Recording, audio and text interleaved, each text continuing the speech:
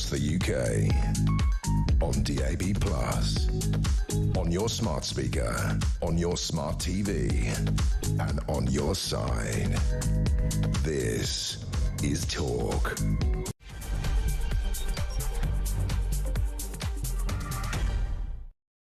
I think the entirety of the national media have got it wrong today.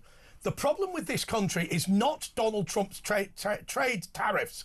The problem is the way this country has been let down by its own political leadership. So on The Late Show tonight, we are going to have a special show in which we go through our concerns about what's happened in this country to clarify them and codify them, perhaps for the first time. Now, I will tell you, I think that Donald Trump's idea of reciprocal tariffs is sensible. I don't think it should have been subject to a 10% minimum, and obviously we've been caught in that. But what I want to ask you is this. If you go to my YouTube channel at the end of this show, you find it at Andre Walker on YouTube. I made a video about how I believe our housing policy is racist against British people. They can be some white people, some black people, but racist against British people. Simply because, get this, 68% of all social housing in London is currently occupied by people who weren't born in Britain. 68%. Now, we've heard people say that that figure is similar in the cities right across the United Kingdom. Well, we've got other stories that we can look at. We've got the fact that the police no longer police our streets, and the Met is cutting the number of police officers. Remember when Sadiq Khan said he was going to sort out the problem? He was lying. Of course, Sadiq Khan never tells the truth. But there we go. The NHS, that great and horrible institution that closed down our country. Remember what it was? It was stay at home, protect the NHS. It wasn't protect British people through the NHS. It was your duty is to lose your job. Your duty is to not send your children to school. Your duty is to pay the bill. Your duty is to live in poverty. And to die. Your duty is to die because you can't get treatment apart from COVID. Don't bother going to the hospital. In order to protect the NHS. So, OK, let's ask ourselves this question. You can't get a house.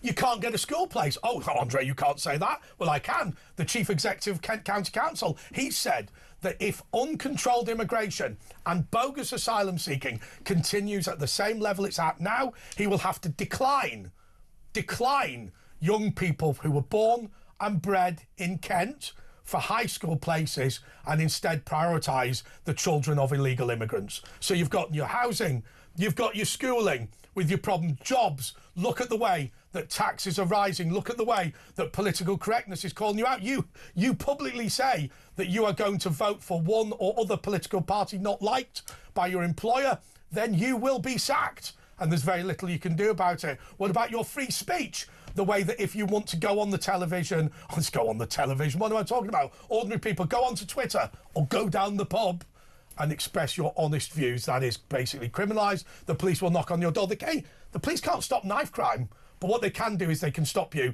gobbing off on Twitter. And by the way, when you're talking about the pub, no, they're not hurting the pub. Well, as Asher and I have made this point on multiple occasions, the problem that you've got is that there is this new harassment and discrimination at work rule, which is if somebody at the pub you sit in overhears you saying something they don't like, then they can sue the landlord. So the landlord has to get his bouncers to throw you out if you're having a political discussion. So every stage of your life is now being curtailed, and the idea that the NHS was anything, you know, this idea of the NHS being about public health and supporting people, it's now a burden owned by the trade unions and the public sector. I'm not saying that public health care is a bad idea. I'm certainly not saying that people should die on the streets because they can't afford treatment. But now, the waiting lists are massive, the cost is enormous, the whole thing is a complete mess. So, Asher and I sat in the meeting before, to the extent we have one, and we said to ourselves, we are going to have a show tonight where you are welcome to talk about trade tariffs if you want. You're welcome to talk about Donald Trump and the failure to get a free trade deal that he begged for. But more importantly, let's be the only channel in this country, as Question Time is currently broadcasting with Chris Bryant. Ugh! I mean, I threw up before I saw the underpants. Then it was just, every time I think of him, there's a small bit of sick just comes up my esophagus. But they're sat there talking about Donald Trump. They're sat there talking about trade tariffs. We're going to be the only channel in this country, including our good friends from the other place, who are actually interested in jobs, in housing, in education, in security, in those things that matter to you today. Because I'll tell you something, I think if you were to make a list of the 20 problems you've got, the fact that Donald Trump has had a bit of a go at us about a trade deal is low on that list. You know what? Donald Trump wants to put a 10% tariff on British steel. What's British steel? They're shutting the Tata Works, and the bailout for British steel has been declined on the grounds that Ed Miliband insisted that it should be green steel funded through windmills. They declined. And import it from China. There will be no British steel industry to tariff. I'm not worried about that. Well, Asher, I've run through a whole load of things and I will get your response, but in the show tonight, we've got two guest co-hosts. Will come to you in a minute. That is Alex Dyke, the broadcaster, and Jess Gill, the political commentator. But Asher, look, I've started this show with a good 8 or 9 minutes of rant. Your response? Well, I mean, basically, I don't think we realise how bad it is. Surely the economy is, well, I think it's failing anyway. Look at the price of stuff. I mean, you know, everything's going up by... even the Haribo we were talking about out there used to be £1 and now it's £3.50. Yeah, that's right. He goes, because he doesn't understand our engineer, he goes, oh, it's inflation. We haven't had 250% inflation. You know, people are taking the mick. You know, you go on about the schools, they shut the private schools and there's not enough in the local area, so they've got to pay for cabs. You know, the police and the HMRC have just noticed that there's loads of money laundering. This is the money laundering capital of the world. Correct. This country, well, London especially. So everything, and I think I can't see how with our economic policies and everything and all our expenses, how it's not going to fail. We're paying 100 billion just in interest. We can't even pay the interest. Interest rates are going up as well. So I can't see how is it going to fail at some point. And how does that look? I look at you, Asher, and your brother, and I think you've met one of my brothers, but not both of them. No, I have never met your brothers, man. I didn't know you had two. Yeah, I did. Oh, you had one brother. But if you, well, sorry, I should explain. There's one of them that used to be a breakfast presenter for this very company, who latterly was the chairman of the Warrington Conservatives. So you can imagine that me and him are often seen together, whereas the one who is a wealth manager, and he just left the country living on a desert island, very rich. Yeah, I won't say what company he worked for, but it's fair to say he left Oxford and then worked for Bank of New York. So he's doing all right for himself. He's got a big converted barn in Cheshire with a lake. He's not often seen with us, though we see him That'll be about 800 quid up there. 800 quid. But okay. But on a serious note, Asher, you've got a decent house, right? A decent flat that's good for you. What about this idea that people nowadays are becoming less and less able to be successful? My dad started, I mean, my dad was born in Greece, but that's not that important because his family were in the military.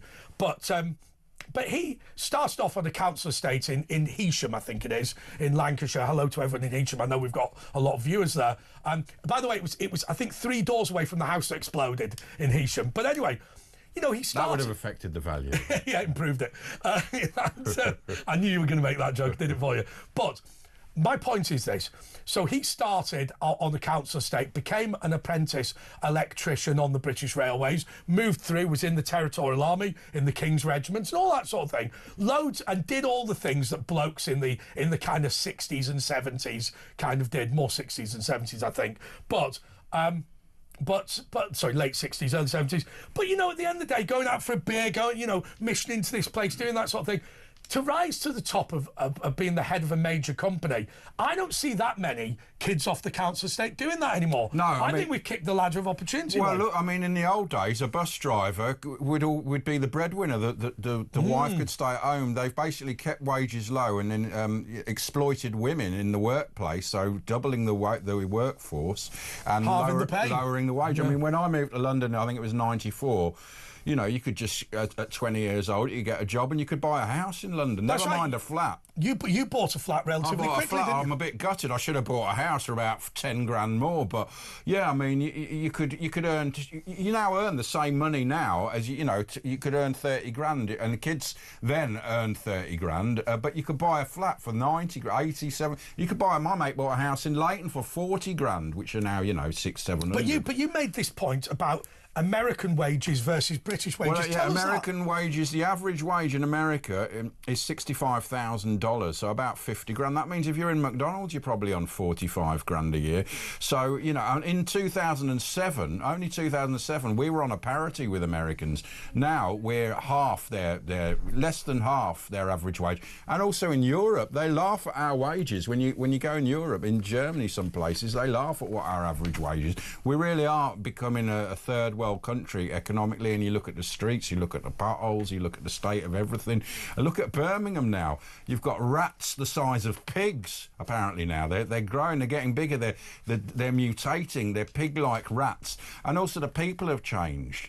You know, back in the 60s, you know, if there was a strike, there would be rubbish, but people wouldn't, they'd sort of be a bit of community. Now they're all just chucking it, oh, forget it, let it all build up. Yeah, the whole thing's changed. I can't see it getting better. I've made this point to you.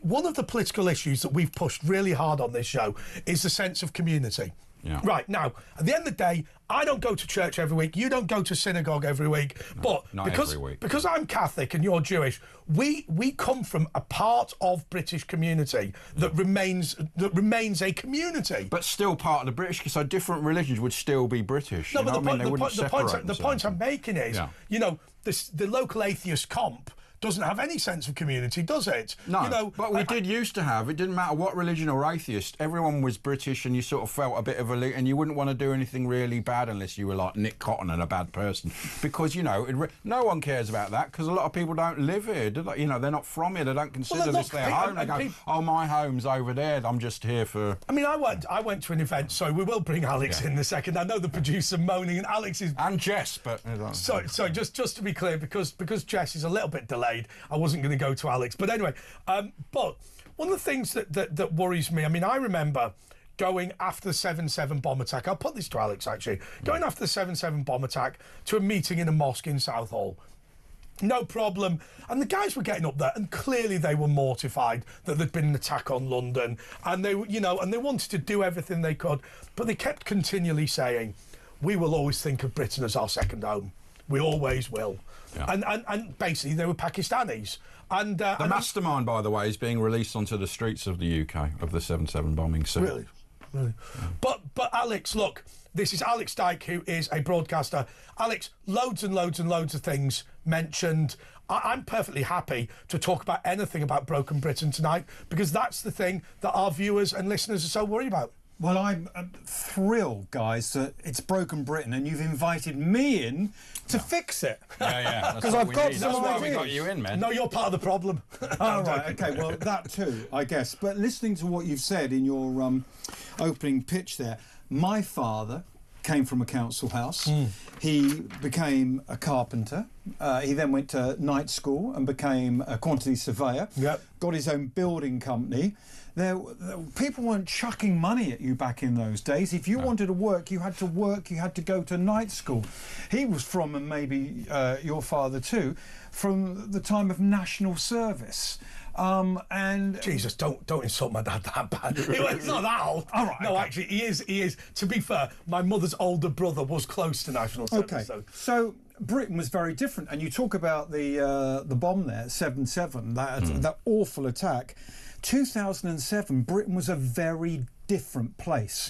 To us, it seems like yesterday. But look how Britain has changed in the last 7 years. We don't notice, because it's like the boiling frog metaphor. It slowly happens, and you don't. If we're projected back to 2007, we go, "Wow, it really is." But you don't notice, do you? Because it's very slow. It's amazing. It's amazing. It's sped up since Starmer's come in, though. It's amazing to watch, though. I mean, when you're talking about, So when I worked in Parliament, you always used to be able to tell what country school parties were from, and it's hard to explain. I mean, obviously, I'm not saying it was pretty obvious that there was a Cameroonian school compared to one from the Lake Districts. I don't mean that. They'd slightly dress differently, and you could tell, like, as an example, just really obvious example, French school kids all put both the shoulders of their rucksacks on to go to school, whereas most British people did the one shoulder cool version. Not so much now. We had head bags in our but you could tell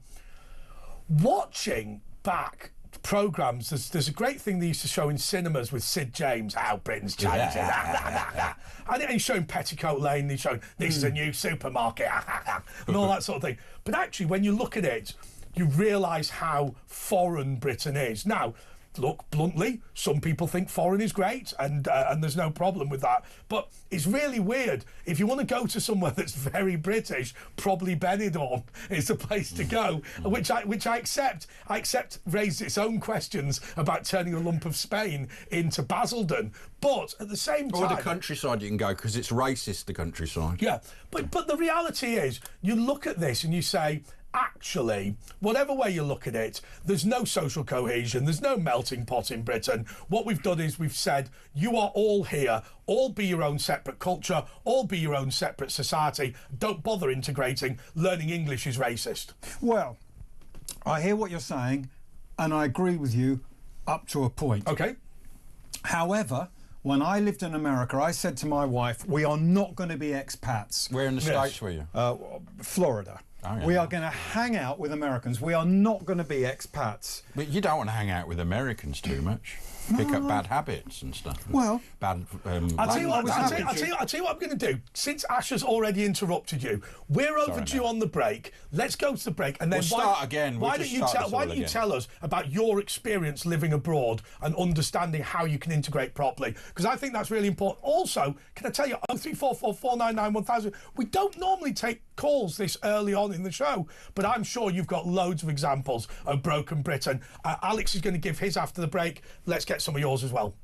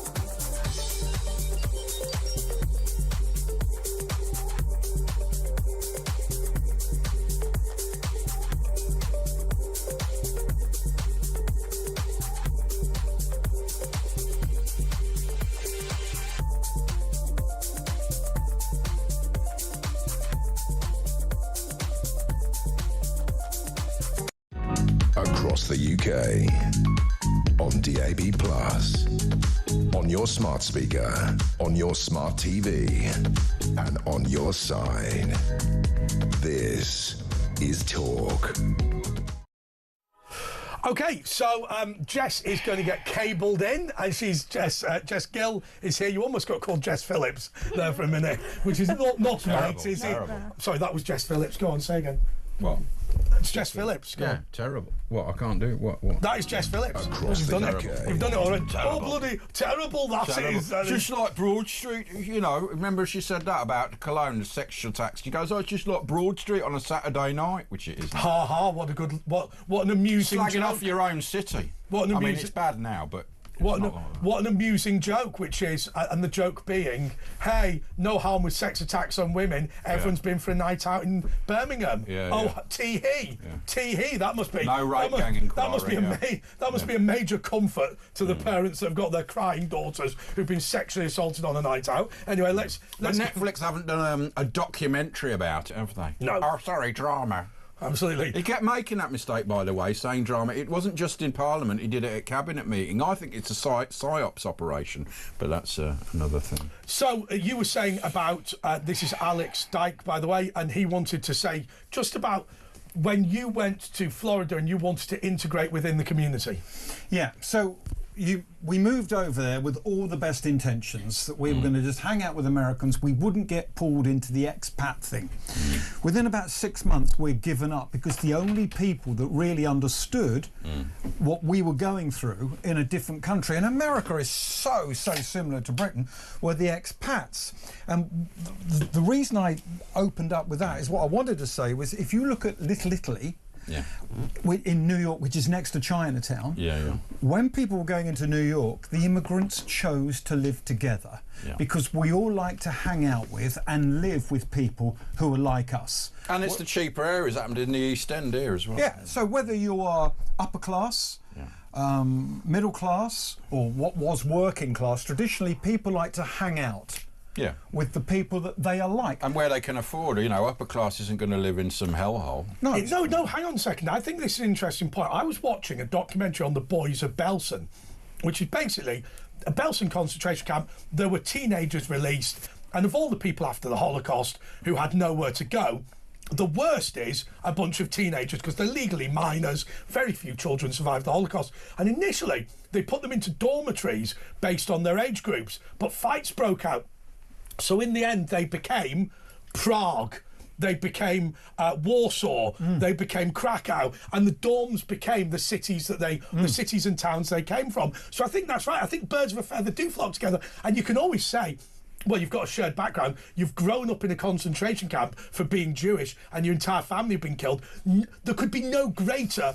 Sorry, great is a poor word. There could be no more significant point of contact or point of similarity than growing up in a concentration camp together. And yet, what made them unique is what they wanted, was where they came from. Well, I was listening to Kevin driving up tonight to London from Southampton, where I was, and he was talking about the migrants that are in Glasgow, and that there's so many there now. The authorities in Glasgow have got in touch with Parliament and said, look, this has got to stop. There are too many. So it's too much. Well, in Ireland we're seeing that as well. Yeah. Well, there's pockets all over Britain. There are these pockets, but it's too much for people, and we were never asked. And there is the human. Well, we were, and we said we don't want mass immigration. You said, "Oh, don't worry, we'll do that," and just ignored us. Well, that's true, but there's psychology in this. There is human nature. There is human instinct, and if you see a lot of young men, no matter what colour they are, no matter what country they're from, if you're an older person, you see young men at night, you will you grow to the time where you get a little bit nervous about it. So imagine what it's like when you're putting strangers into a country and you don't know where they come from or what they've done. Let me give you the example of Datchet. I've given it before. The Manor Hotel. Now, I want to say, I know the Guild brothers that own the Manor Hotel. They were virtually bankrupted by COVID. That's why they turned over the hotel to migrants. Okay? But those migrants, now people are going to phone the show and kick off and complain. I don't know what the migrants are doing. I don't speak the lingo, and we're not allowed to know who they are. But we know they're young men having a jolly. They're taking photos of children playing in the park, and they're doing it, by the way, on expensive phones. So, if you're running from a country that's so destroyed that you can buy the latest iPhone, one would ask questions, but okay, fine. So taking photos of these kids. Now, the locals in Datchet believe it's because they're perverts. I don't think it is. I think it's because they're going, look at what I've got, to all the cousins who are now going to come over. But either way, we don't know who they are. We don't know if they're sex offenders. Government doesn't know if they're sex offenders. Nobody has any clue what's going on. So they're foreign. They can't speak the lingo. They're young men, and when you're a young, it doesn't matter what race you are. I remember when I was a young 20-odd, and you go on holiday, and you're a bit crazy because it's sort of everything's novel and new, and you don't really care. You're not in your society. We saw the other day someone chucking a big chair in a shopping centre. This was that sort of example, and this is going on and multiplying. Well, I remember young guys just having the crazy fun that can end in people dying. I remember the Mayor of Zakynthos saying that, and I'm not going to say, I'll say how he said it. He said, we are very happy for British tourists to come over to our city. It was built on tourism. However, performing oral sex on somebody whilst children are walking to school in the street is illegal in Greece. Is it? Right, which I think is a reasonable point to make. But of course, the reality is, and I make this point, Jess, about uncontrolled immigration all the time, you're not going to rob the local shop if it's owned by your uncle. Now, and what I mean by that is this: if you are plonked into an area where you don't know anybody, you've got no... I mean, OK, let me tell you about my illegal activity in Belgium, right? I worked for the European Parliament and I was supposed to pay council tax. I got the letters through the post in what is it, Flemish and French, neither of which I could read, so I just threw the letter in the bin. So I lived in Belgium and didn't pay any council tax, right? And if they'd knocked on my door and gone for it in French, my GCSE grade D would have at best got no further than bonjour, right? So look, you know, if I'd got a criminal record, I might have a criminal record in Belgium for non-payment of council tax. Doesn't bother me. Right? It doesn't make any difference to me. And it's because I was so alien to where I lived that none of it mattered. Now, of course, I don't think it's fair to call me an immigrant, given at the time we were being ruled by Belgium and it was the federal capital of the country I lived in, the European Union. But still, you see my point. Oh yeah, absolutely. I think there is a lack of accountability when you do move to a country, especially in areas where I live in Tottenham, for example, and when I go outside, there aren't any white people there, and the few white people that are there aren't English, aren't British, they're Eastern European. And there is a sense that this isn't, you know, this isn't a British town anymore. This isn't a British area of London. But you're with no disrespect, you're from Bolton. No, I'm not joking. I make that supposed to mean. Well, Bolton was famous for having a large Asian community. Oh yeah, absolutely. When you'd go into the town centre, it would just be full of Muslim women, just holding around with their garments on, with their religious headwear on, and it just seems completely alien. I've always thought, Jess, foreigners' favourite hobby, it doesn't matter where you are in foreign, right? Foreigners' favourite hobby is hanging around, right? Have you ever noticed that? Like you get off the plane at like Athens and you go, why are you just hanging around? What is it? Well, a lot of them don't have jobs, do they?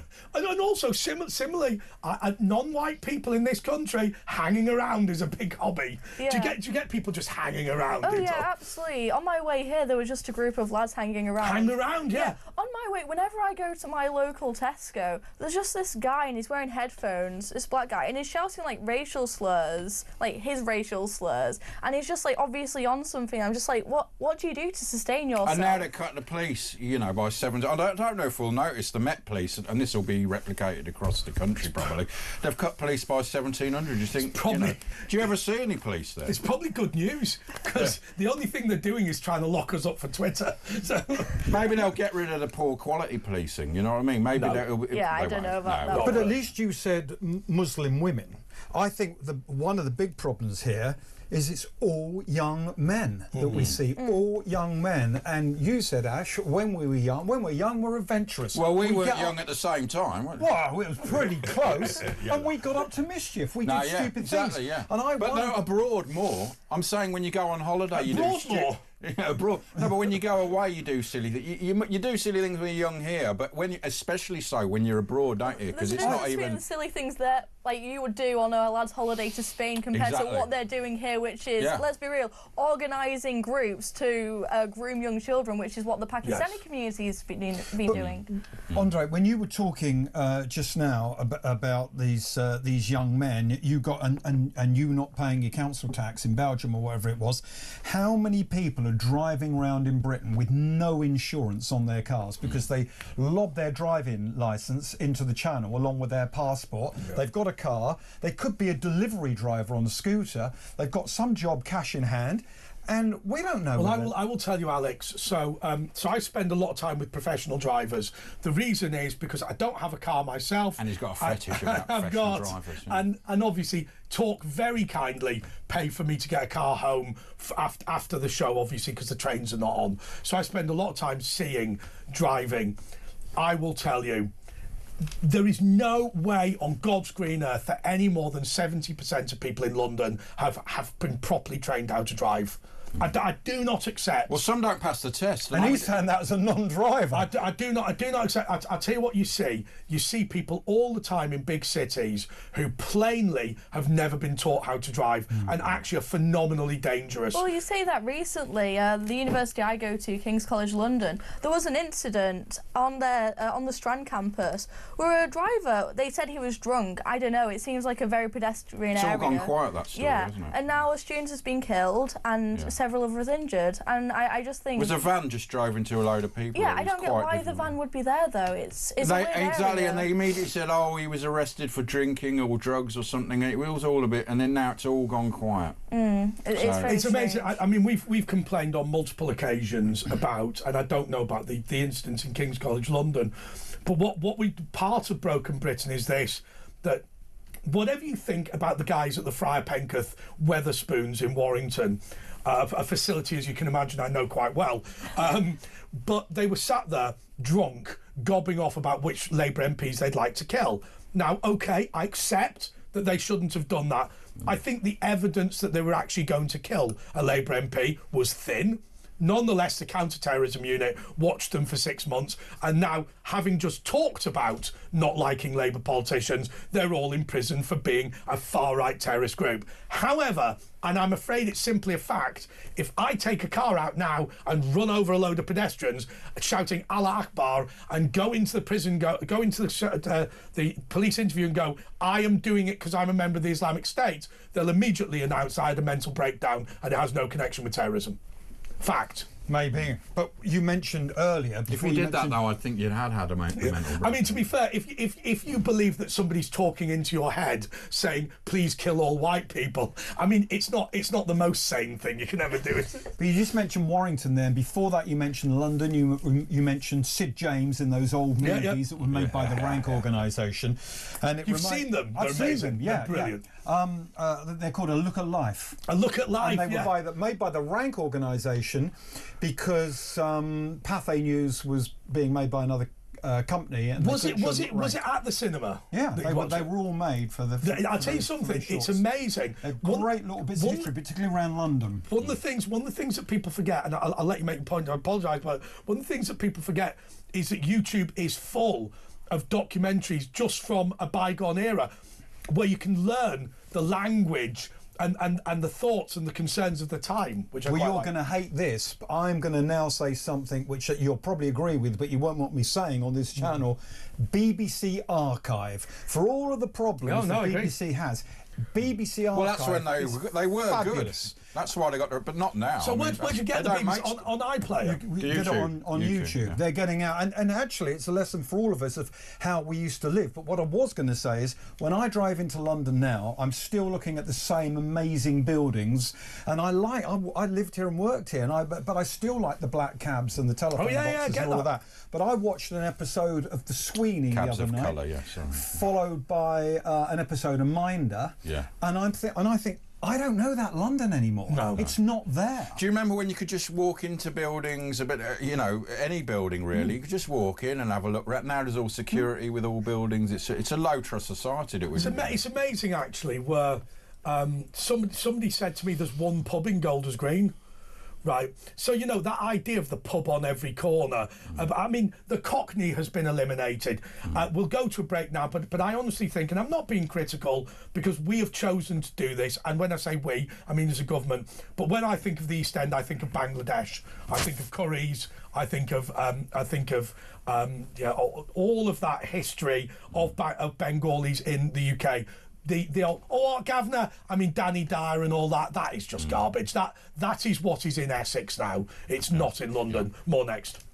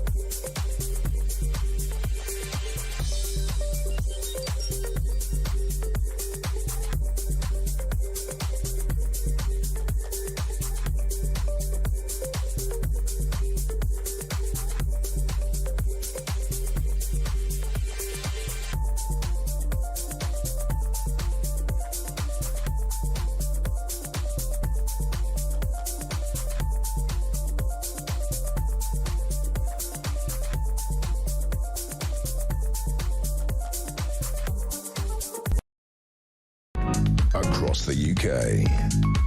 On DAB+, on your smart speaker, on your smart TV, and on your side.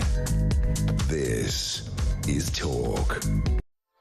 Right, here we go.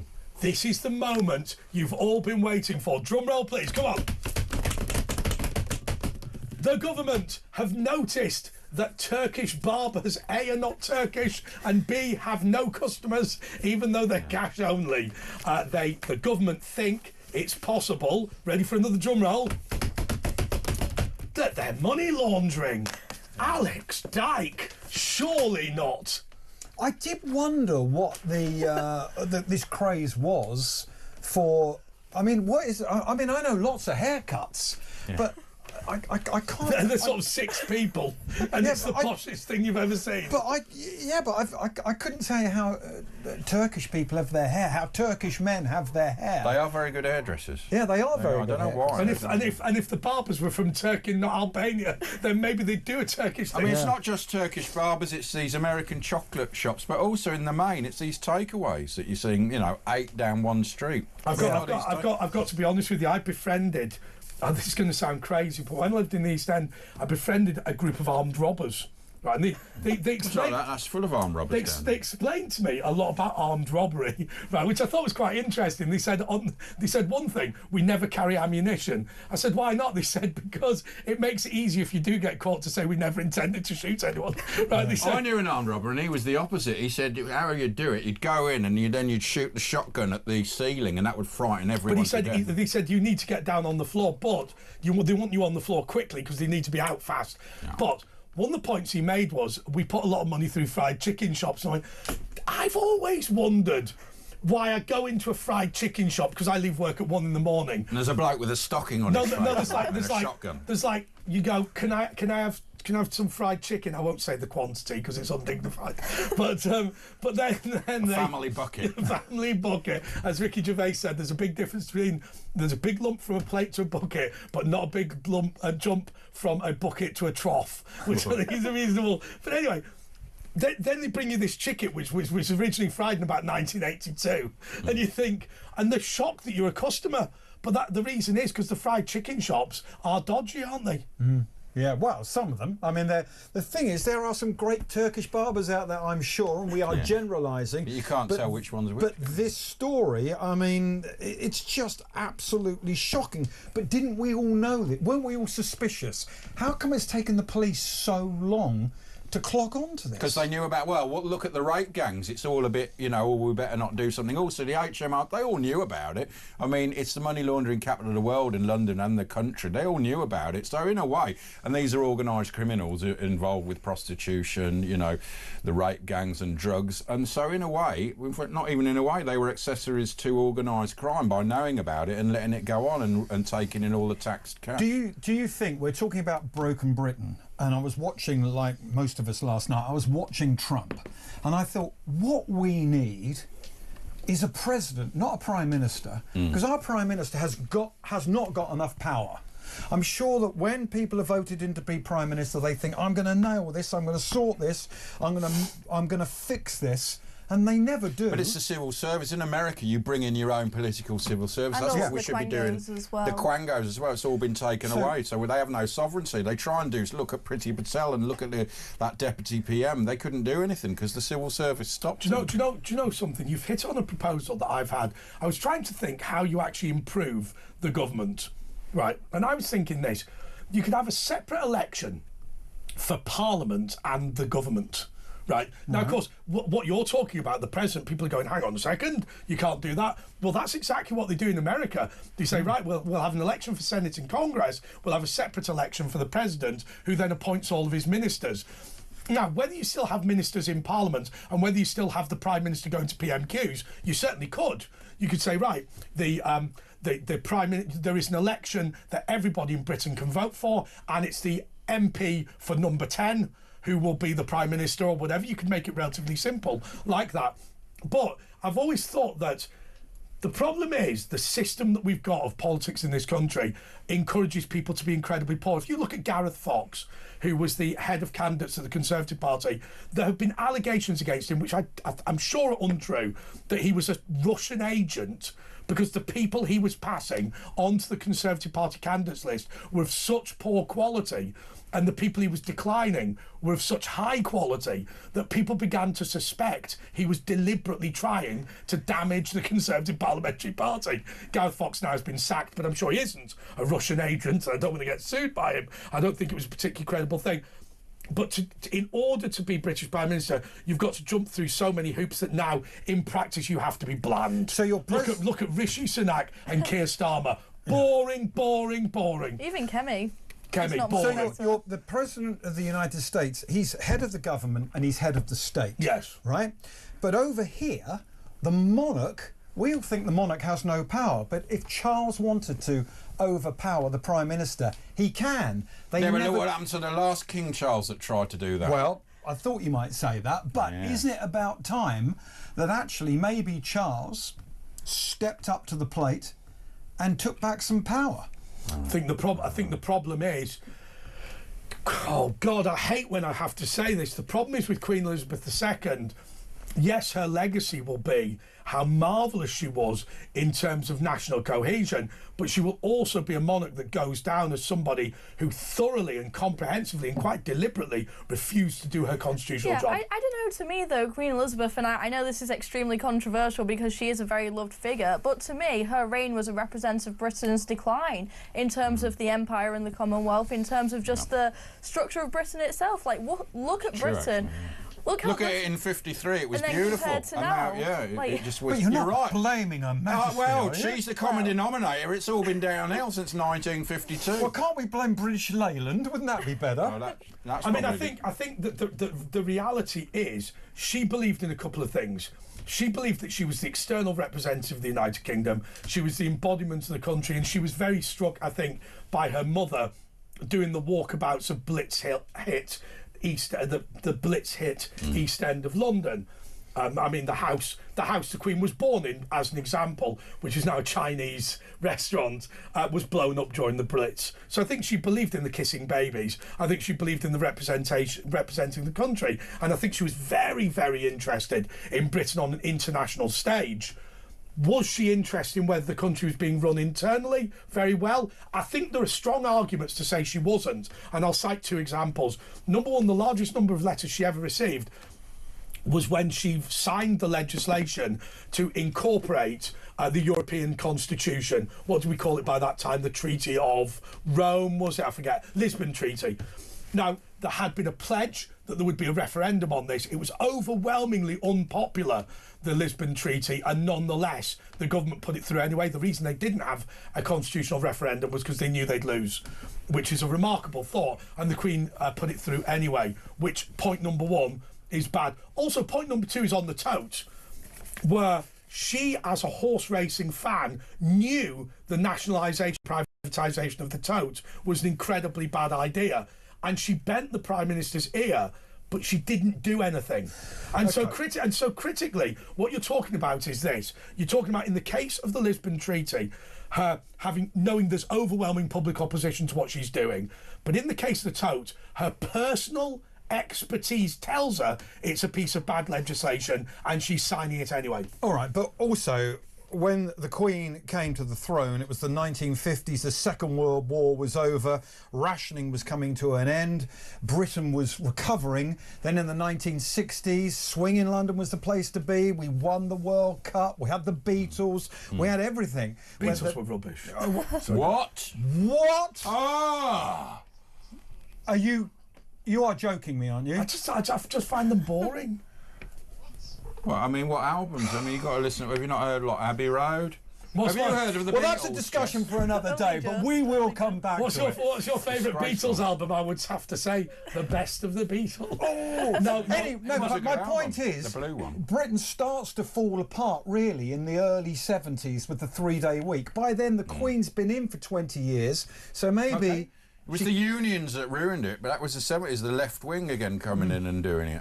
you know, and you had all the high taxes, didn't you, just before that? Sorry, I'm still stunned about what you said about the Beatles. Unbelievable.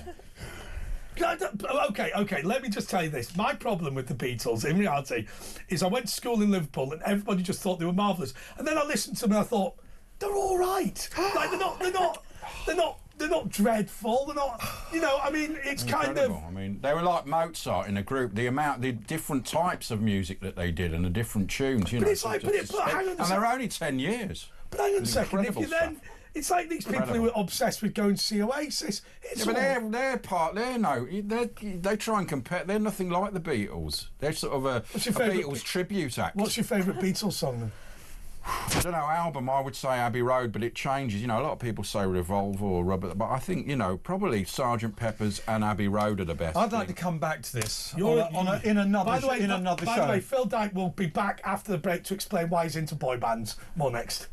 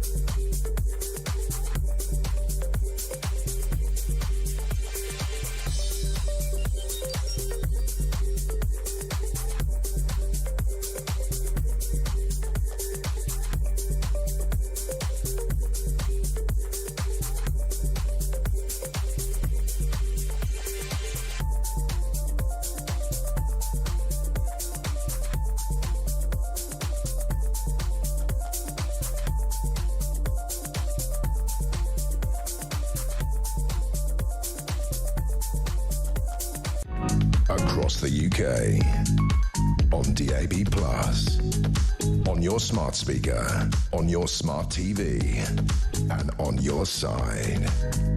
This is Talk.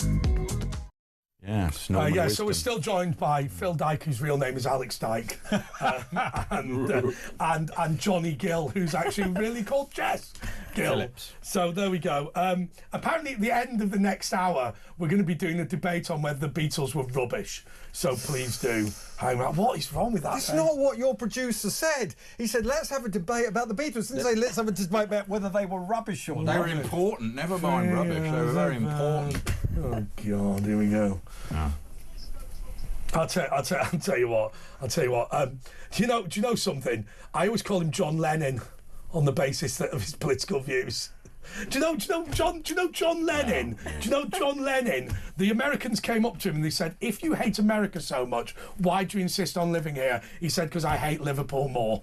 Yeah, but he's the guy who said, imagine no possessions with 3 flats in the Dakota building, about 100 cars, a stately home here, a stately home there. Do you know what I mean? He believed in possession. He loved possession. Also, they're going to go mad. With this, the dump button, the hands quivering over it. But I will say one thing about John Lennon. The first one was better than the second one, if we're being completely honest. But I'm talking about partners, right? Oh, Cynthia, his first wife. I mean, she was like the better. Yeah. Although I think Yoko Ono's turned it around a bit, I think. Well, at the beginning, we hated her because she split them up, but we thought she did. I think they'd been together for 10 years as young men. I think they were sick of each other. But I think Yoko Ono did. I mean, her singing was atrocious. That's how she sang. But she just used to sit there. She just used to sit there looking. I'll tell you what, my favourite singer's Bjork. Do you remember Bjork? She couldn't sing at all. No, she was all right, she was good. Well, I can talk plenty about the Beatles later if you want to, but yeah, if you get me started, I won't stop. Albania. Norman Wisdom is a hero in Albania. They call him Pitkin, but we've just sent, I think, 8 back at the cost of £537,000 each, and we have a deal with Albania. Imagine if we didn't have a deal with them. So deporting 8 Albanians cost 4.3 million. I'll be honest with you, I feel like I want to criticise Keir Starmer on this, except Rishi Sunak. I think it costs 200 million per person that Not only that, they come straight back as well, and then you've got to go through all the process again. I watched a documentary on Channel 4 where they said they'd watched this bloke, and he was Albanian, and he was in the jungle in northern France, you know, the way they call that village, tent village, a jungle.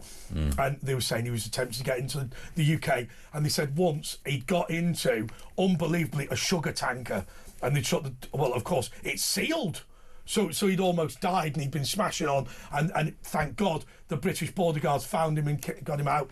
And then they were going... Now he's living in a 5-star hotel. Well, I mean, that's basically the story. Yeah. They said in the end he gave up on... This was the programme on Channel 4. He gave up on trying to get through to Dover from Calais. He bought a fake passport. We met him... And got diabetes from we met him. We met him in London. Now he's claimed asylum here. So basically, they all get in the end, don't they?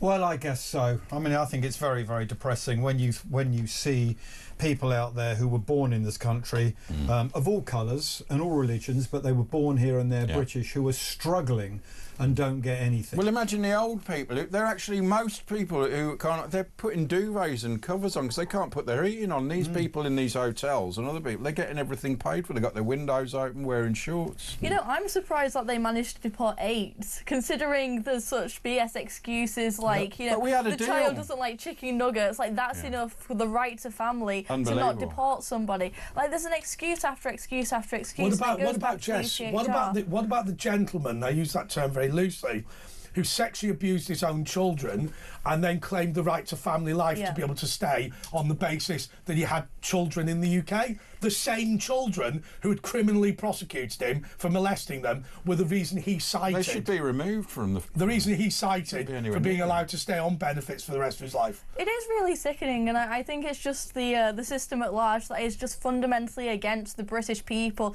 As you were saying, the system, you know, it punishes old people, it punishes pensioners who have to choose between heating or eating. And even my generation, you know, I have to accept the reality that I'm never going to be able to afford a house, at least in the near future. Accept it though, do you? Well, what else can I do, really? Do you know something? I want to say something about you. I want to say this something about...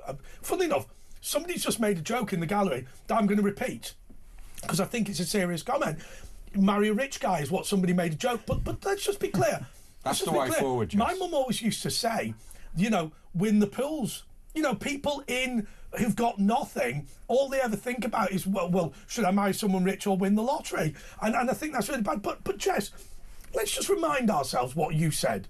I'm not going to blow your trumpet, but you go to one of the best universities in the world, KCL. Oh, not nowadays. Well, okay, but King's College London, I think, is a highly respected institution. I think most people will want their children. You've come from an incredibly difficult background. You spent your life in foster care, at least part of it. I was separated from my parents, so it wasn't foster care. Okay, you were separated from your parents, but you've had a difficult time. You are one of the people that has managed to drag yourself up against odds and go to a brilliant university, and not even you are expecting to be able to afford a house. I mean, what my question is, what about a kid who's not very clever, who comes off a council estate, even with the greatest work ethic in the world, they'll have nothing, ever?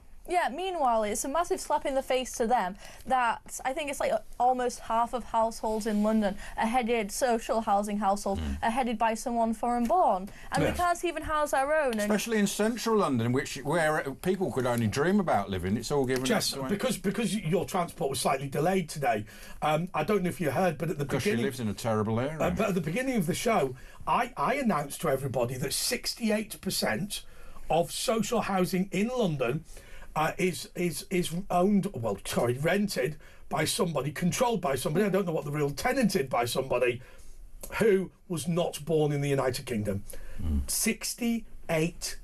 And they get it for life, don't you, social housing? Yeah. So those pensioners that you were talking about, they were born in Britain, they worked in Britain, they've paid their taxes all of their lives. So whenever I'm watching the news, and I watch a lot of talk, and I listen to a lot of talk. If I'm not watching it, I'm listening to it in the day. He's on brand. We'll have him back. All I hear about is the government are giving billions here, the government giving billions there. So I just wanted to say on this story about the Albanian criminals, listen to this. Why did we give them money? The government paid Albania 4.3 million, so we paid them money to modernise their prisons in exchange for accepting the people we are sending. Isn't it billion? It's probably billion. So that is why Britain is broken. Let me go even further on that broken Britain, because remember what you're talking about there is the prisoner exchange, the prisoner relocation scheme. So they have come to Britain, claimed asylum, claimed to be modern day slaves, working in the cocaine dealing gang.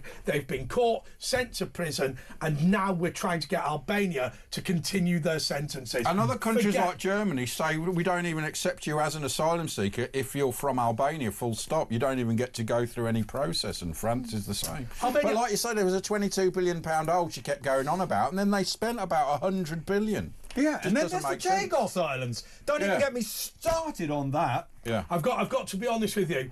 If David Lammy was not just an arsehole, genuinely, I use that. No, I'm not joking. Apologies for the language, but if he wasn't a moron, I would think he was a Chinese spy, because the Chagos deal is so bad that nobody sensible would do it. The only, and now of course he also wants the embassy, the super embassy in town, along with Angela Rayner, whereas the council, the police, in fact bipartisan on the council, they don't want it. Why do they so want this big super? Yeah, they want so just to be clear, the Chinese government want to build the world's biggest spy headquarters next to Tower London, in the old Royal Mint next to the Tower of London.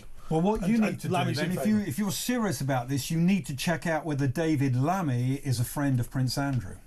Yes, although the problem is, by saying that, people listening won't think he's into spying.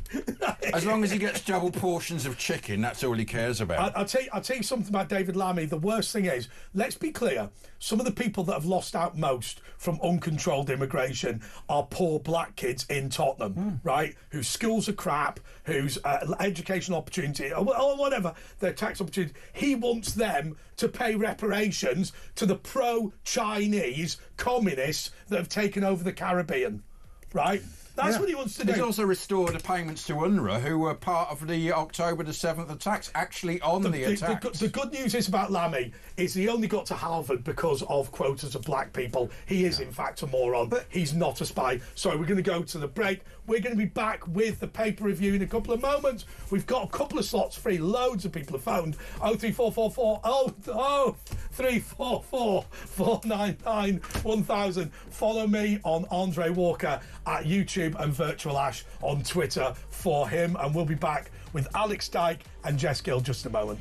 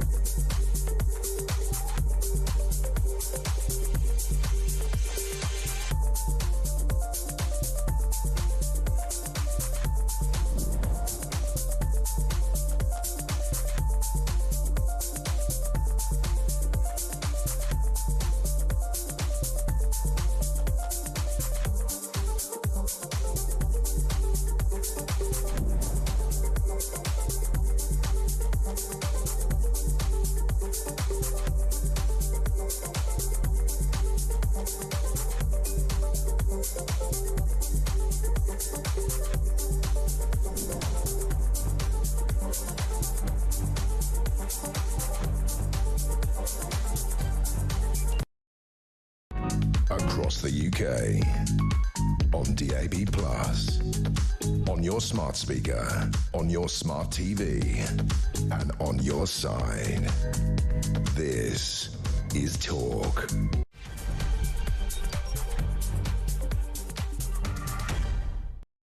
Yes, this is the press preview with Andre Walker, Asher Gould and Jess Gill and Alex Dyke. They are our guest co-hosts today. Welcome, how are you? We're okay. Well, I'd say we. I hardly know you.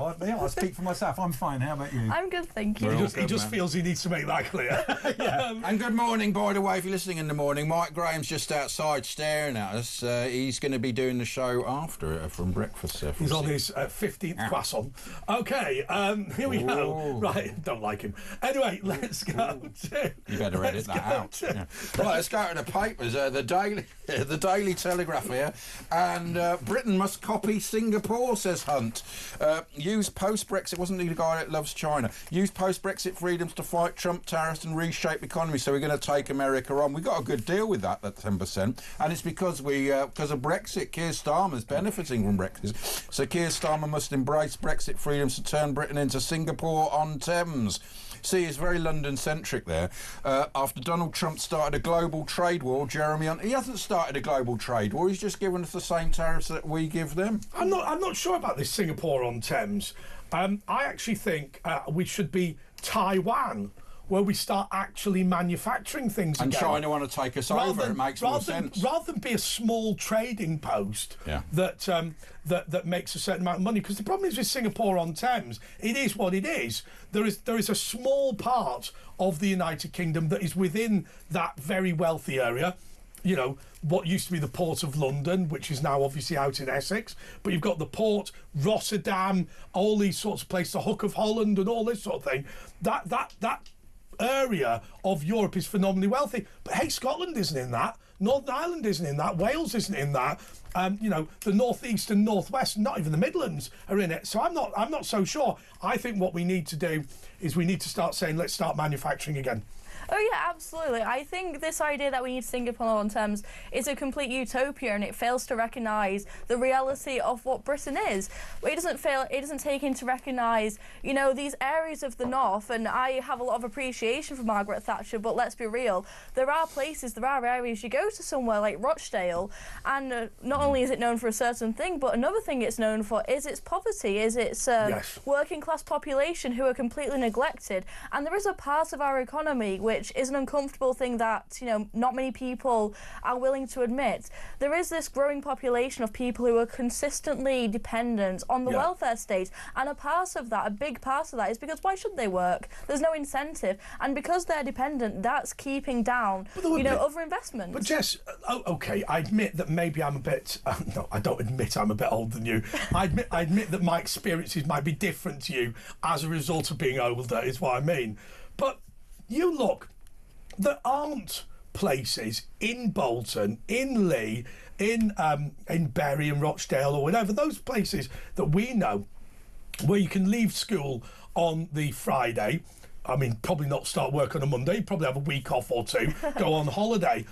But there aren't the manufacturers that you can get a job unskilled, immediately. We can't have industry in this country because we have the most expensive energy in the world. Yeah. That is interesting you say that. Sorry to chip in, it's very quickly. No, please do, man. You say leave school, have a couple of weeks off, maybe 3 weeks off. That is so 2025. When I left school, you left school and then you got a job on the Monday after. Yeah, what my dad did, he left school probably at the age of 16, and then he went to work in a toilet roll factory for like 10, 20 years until he got closed down. What, in Skelmersdale?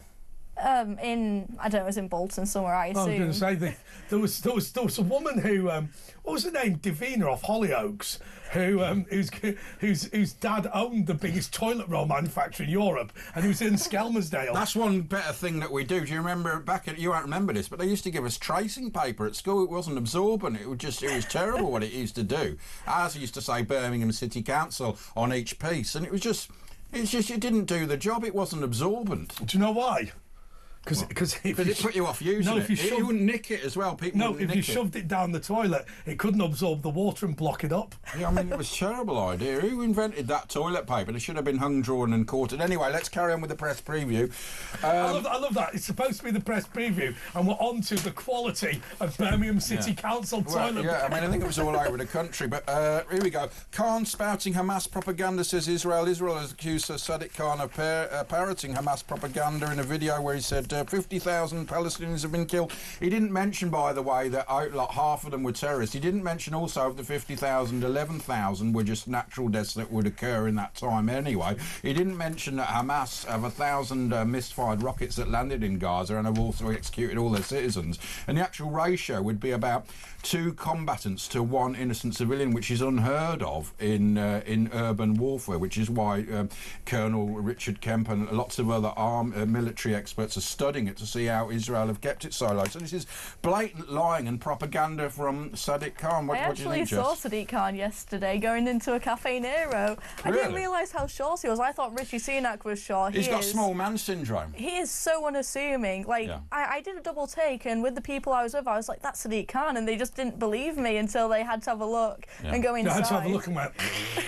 Their eyes melted as they saw him. But there must be psychology with that compared to his actions. You're right, it's small man syndrome. Yeah. So what do you think about that? Is blatant propaganda that he's spreading and how he's you know, if you're he doesn't celebrate anything apart from, you know, what was it, Eid or something, and he doesn't do any of the Easter lights or Lent or anything like that, and he takes out white people because they're of brochures because they don't signify London. Sadiq Khan. So Sadiq Khan, I think you can legitimately say is racist. And I'll tell you why I think you can legitimately say that.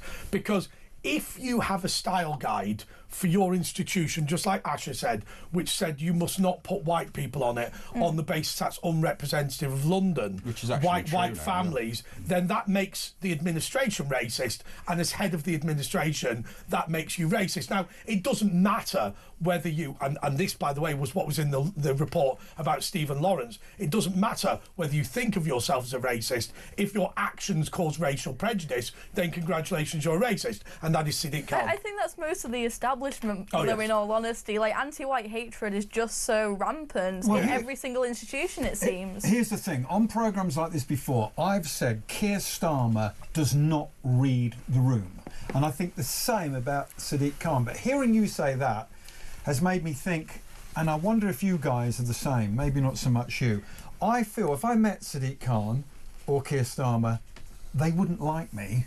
They don't like guys like me. Yeah. Do you know what I mean? Yeah, well, of course, yeah. You meet people like that, and before you've even spoken to them, you can see them looking at you in disdain, can't you? Yeah, because what has happened is, and to point out for radio listeners, Alex is a middle-aged white man. But let me just say this about Sadiq. I've always said that Sadiq is a bad person. And the reason I say that is, first of all, I've always qualified it with the vast majority of people in politics are good people.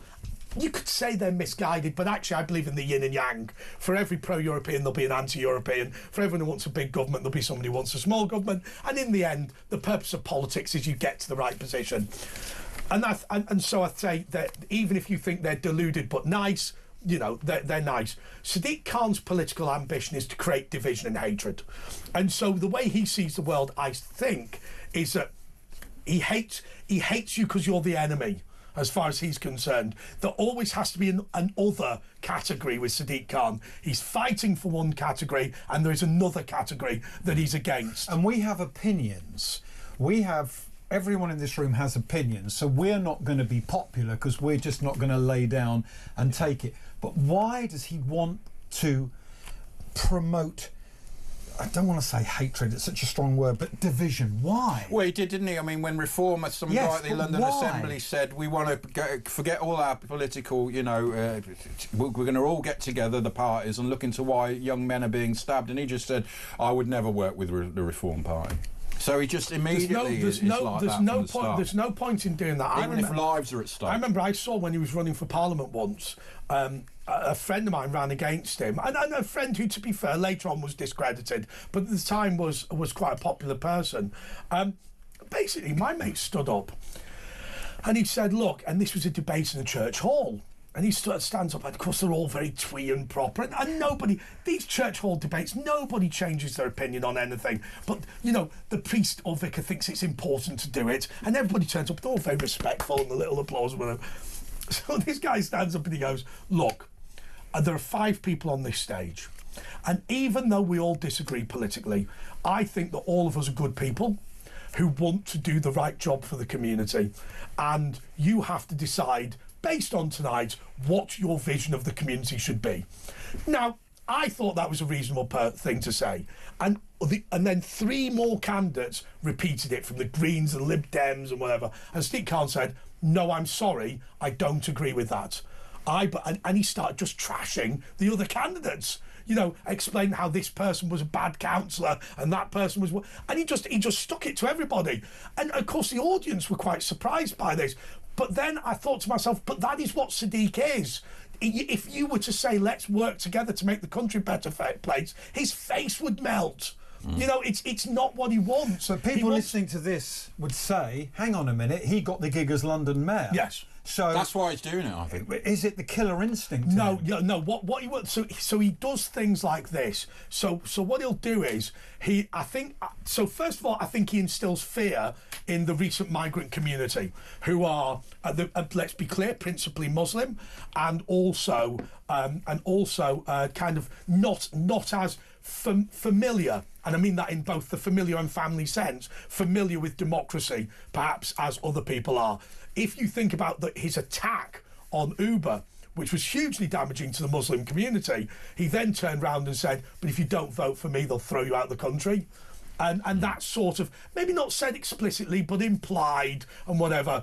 And so people will dance down to the ballot box to vote for him. What he's decided on, he's decided white people are the enemy, and it's not because they're white, it's because they're indigenous.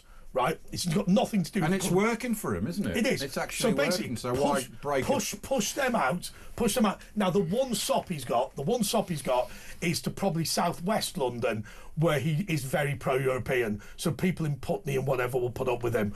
But fundamentally, he believes in divide and conquer. He believes in hatred. He believes in fear, and he believes in telling people, "I am your saviour. I might be a bad person, but I am your saviour. If these people get in charge, your life will be ruined." And I think it's a sad message. I think he's a sad man. And I think, you know what? I think that people like Sadiq Khan are an infection in politics. I don't think they're the solution. I think they're the problem. Well, I don't know. It's a part of, what's the Machiavelli quote? It's better to be feared than loved. Like, I think that's Sadiq Khan's ethos. Yeah, I think. But we don't really fear him. We just sort of hate him. I think we do. I think we do fear him. And I think because of his eradication of British culture, which is his policy.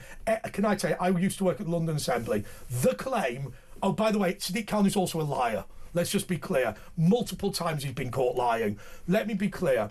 The 4th plinth at Trafalgar Square was reserved for Queen Elizabeth II. The claim that it was not reserved for Queen Elizabeth II is simply a lie. I know that because I worked at London City Hall, and what Ken Livingstone had done when we declined the statue of Hitler. No, I'm joking. What Ken Livingstone had done was he put up various temporary exhibitions on top of the 4th plinth in order to explain away why there was nobody there. Sadiq Khan has claimed that there was no plan whatsoever for Queen Elizabeth II to be there. It was just a rumour, and therefore he could put whatever he wants on it. I don't think the Queen should be on a 4th sort of peripheral plinth below Nelson. Do you know what I mean? Why should she be on sort of an outside plinth? She should be on a main Well, plinth. she ain't going to be in Trafalgar Square at all. Yeah. Because if you were to say, OK, Sadiq, you can have the 4th plinth for that, whatever it was, some Windrush thing or whatever, but we're now going to create a 5th plinth coming down the steps in front of the National Portrait Gallery. He would fight you for that. Yeah. But he'd be taking on the whole country. Yes, he would take on the whole country. He's happy to do that, though. Can I tell you something? He would be delighted by that. Delighted. And what he would do, he would seek to turn it into Sadiq Khan versus Queen Elizabeth II. Wow.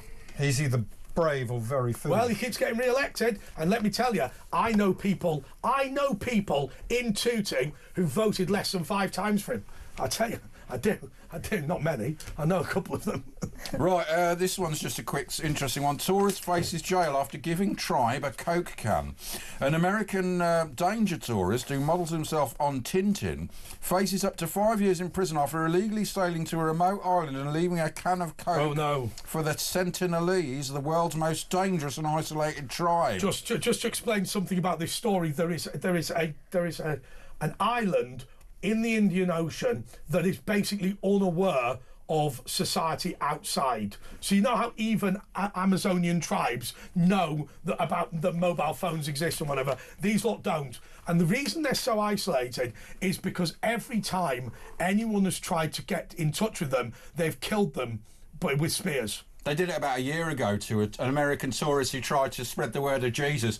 And as soon as he got on the beach, they speared him, and then they just saw a noose going around his neck and they were pulling him. And they're allowed to do this because they're a protected people. So the Indian government has said that it is illegal to go to this island now. Clearly these people have self-determined to be completely separate. That a point's been made from the gallery that also there are deep-seated concerns about the harm that would be done to them in terms of viruses that we've got, because obviously they've been isolated for so long. But they want to be on their own.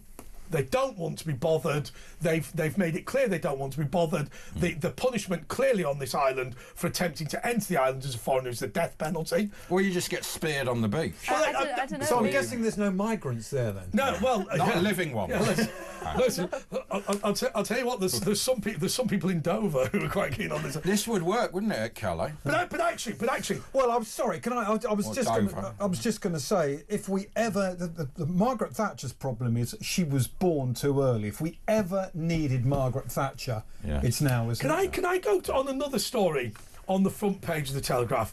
They want me to do my impression of Margaret. No. We will not do an impression. Okay, I want to just show you this, and I don't know if I'm going to be proved right in the end on this, but one of Jeffrey Epstein's victims, Victoria Guffrey, remember her of the photo with Prince Andrew, Virginia Guffrey, she is currently suing a school where she says a school bus has injured her and given her life-threatening problems.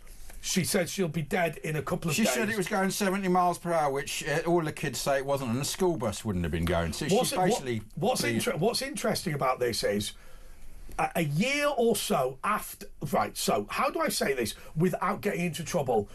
What happens with Victoria Guffrey, but potentially by pure coincidence, is Virginia Guffrey, every time she has completed a claim for compensation against somebody, a new claim for compensation emerges. Let's just put it like that. Now, I don't know what happened with Jeffrey Epstein, and I will say, just to throw out, I believe that Prince Andrew is more interested in money than sex. But okay, I might be wrong. But it's really interesting that now that Virginia Guffrey's claim against Prince Andrew has been settled for £5 million, she has been hit by a school bus travelling at 70 miles an hour, and she claims the injuries are going to kill her, which potentially will lead to a multi-million. But it's foolish saying 4 days, because in 4 days I go, well, look, you haven't. Well, that didn't hurt Al Gore. I think there's something wrong with her, because to do what she's doing, you're going to get found she got out. hit by a bus. Yeah, but I mean, she's obviously got mental issues if she's doing this. When Al Gore said that the world would be destroyed by 2015, he's not bothered. But my point is about Virginia Guffrey, and I don't want her to sue me herself. I just wonder this. Yes, she's been a victim of Epstein's abuse. There's no doubt about that. Nobody can. And she met Prince Andrew, which he denied, but the photo proves otherwise. However, is there an element with this woman where she is now so corrupted by the abuse itself that she'll just stick it to anyone she comes across? Given her mental issues, yeah. Well, that's what I was going to say. And whenever programmes like this get round to Prince Harry, I swing back to look what happened to him in August 1997 when he lost his mother. Look at him in the parade at the funeral. It didn't happen to William, though, did it? No. And other people, affects it doesn't different happen. people. Grief affects different people in different ways. So if you get to Harry, maybe I'll save it for then. Well, I mean, don't you think he's just got that royal? This I just sort of worry. I will say to everyone. I mean, when Prince Andrew followed the cortege, and people were shouting, "Andrew is a," and I won't say the word because I think it's unpleasant. But remember, this court case with Virginia Guffrey may well prove that she's a fantasist. Not on the Epstein thing, but on other things. And remember, Prince Andrew is a moron. Prince Andrew is selfish. Prince Andrew is self-obsessed. Prince Andrew has exploited every position he's got other than in the military in order to financially gain. But he maintains that photo with Guffrey was not something he remembered and potentially fake. It's been proven it wasn't fake, and it was also in Maxwell's house, which he said, I never went there. Hang on a second. It's a photo of a photo. And he doesn't sweat. Hang on a second. Yeah, of course he doesn't sweat. Hang on a second. It's a photo of a photo. The original has never been produced. Look, I'm just saying that if she is proved to be a fantasist, who, in addition to being a fantasist, was exploited by Jeffrey Epstein, it raises questions. Why pay her out then? Well, of course, no. Well, hang on. He didn't support paying her out. Well, the Queen made him pay her out. The Queen made him pay her out. Yeah. Look, I personally, well, I've always said Prince Andrew's behaved improperly, and let me go through the improperness. Improperness number 1, exploiting his position as a royal. Improperness number 2, being a giant nightmare when it came to being a trade envoy. Point number 3, taking money from incredulous sources. Point number 4, associating with a child sex offender on the basis you wanted to lick Shorey's place in New York to stay for free. Point number, well, we could keep going all day, except for the fact what she said. I was groomed. I was taken to London. She was 17 and he was here, which is illegal actually in this country at the time. The illegality is that she was trafficking. It was the trafficking thing. Yeah. It may well be that the person that's accused him of child trafficking, and he says, I don't remember having sex with her, she says, I do, and she's proved to be a fantasist. More next.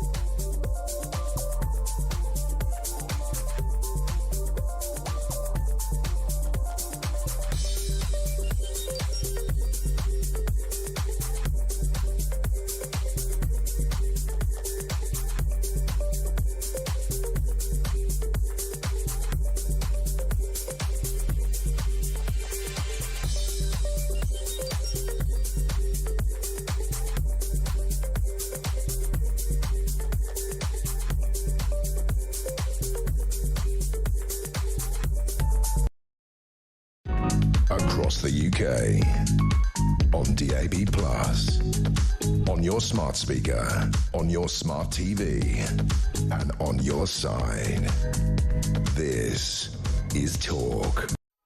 This is the press preview with Andre Walker and Asher Gould, and indeed Alex Dyke and Jess Gill. OK, what's next? The Metro. Harry, it's all lies. A robust probe will unveil truth on why I quit, claims Prince's boss says it will comfort public. Prince Harry has accused his charity's boss of blatant lies as an investigation begins into her claim that he was involved in a cover-up of bullying, misogyny and harassment. But doesn't this all stem from his missus in the end? She seems to stir up a lot of stuff there. The Charity Commission yesterday said it was looking at concerns raised by Dr. Sophie Chandsuka days after Harry quit as patron of Sentebale, which he set up in 2006 for AIDS orphans in southern Africa. In his mother's memory, Harry immediately issued a statement saying, what has transpired over the last week has been heartbreaking to witness, especially when such blatant lies hurt those who have invested decades in this shared goal. I smell a court case coming up. I've got to be honest with you, and this is something that goes right across the board. You know, charitable organisations in the third world are not well run, right? So now I don't know what this argument was all about, but presumably some demagogue got in charge of the charity, wanted to trouser a big load of money, and now they're kicking off when they're not allowed their 20% cut. Well, what about the orphans? That's the most Yeah, important. but nobody thing. cares. Nobody cares about giving aid to actual people in Africa. Well- Have you ever met anyone that does? What about? I mean, without being funny, and because this is broadcast again in the morning, the S for Food program in Haiti, where you'd get you could have a bag of grain, but your daughter had to go away with the aid worker from Oxfam or UNICEF first. Well, yeah, I don't know about Sorry, that. it should have actually been the R for Food program. Apologies, it's not S, is it? It's R. I just, whenever I see these stories about Harry, and I do have some sympathy for Harry, and I think I'm probably one of the only people I think on this you're probably not alone, actually. No, but I just see it's Edward and Mrs. Simpson again. We had Yeah, this. but at least they left and kept quiet and we never heard from them Yeah, again. but they didn't have social media then, actually, did we? Do you think they would have been on Reasonable Twitter? point. Yes, I reckon Mrs. Simpson would have been on there all the time, pouting her lips and doing her selfies, don't you? Well, But I just think the book has been written on this. What are they doing? It's his next book. That's a good idea. Do you know what I'd have done if I was him? I'd have become the governor of somewhere, which, by the way, is what the Duke of Windsor actually did during the Second World War. But you go, you know what? Something like governor of the Bahamas or something like it's quite a good job, right? You know what I mean? And then you're doing something. You're out the way. You get all your lifestyle paid for. It's not. What the problem is, she wants to trade off it, and it's not fair. Well, when she had that, she wanted all the royal designs. She copyrighted the right of using this royal logo on underwear.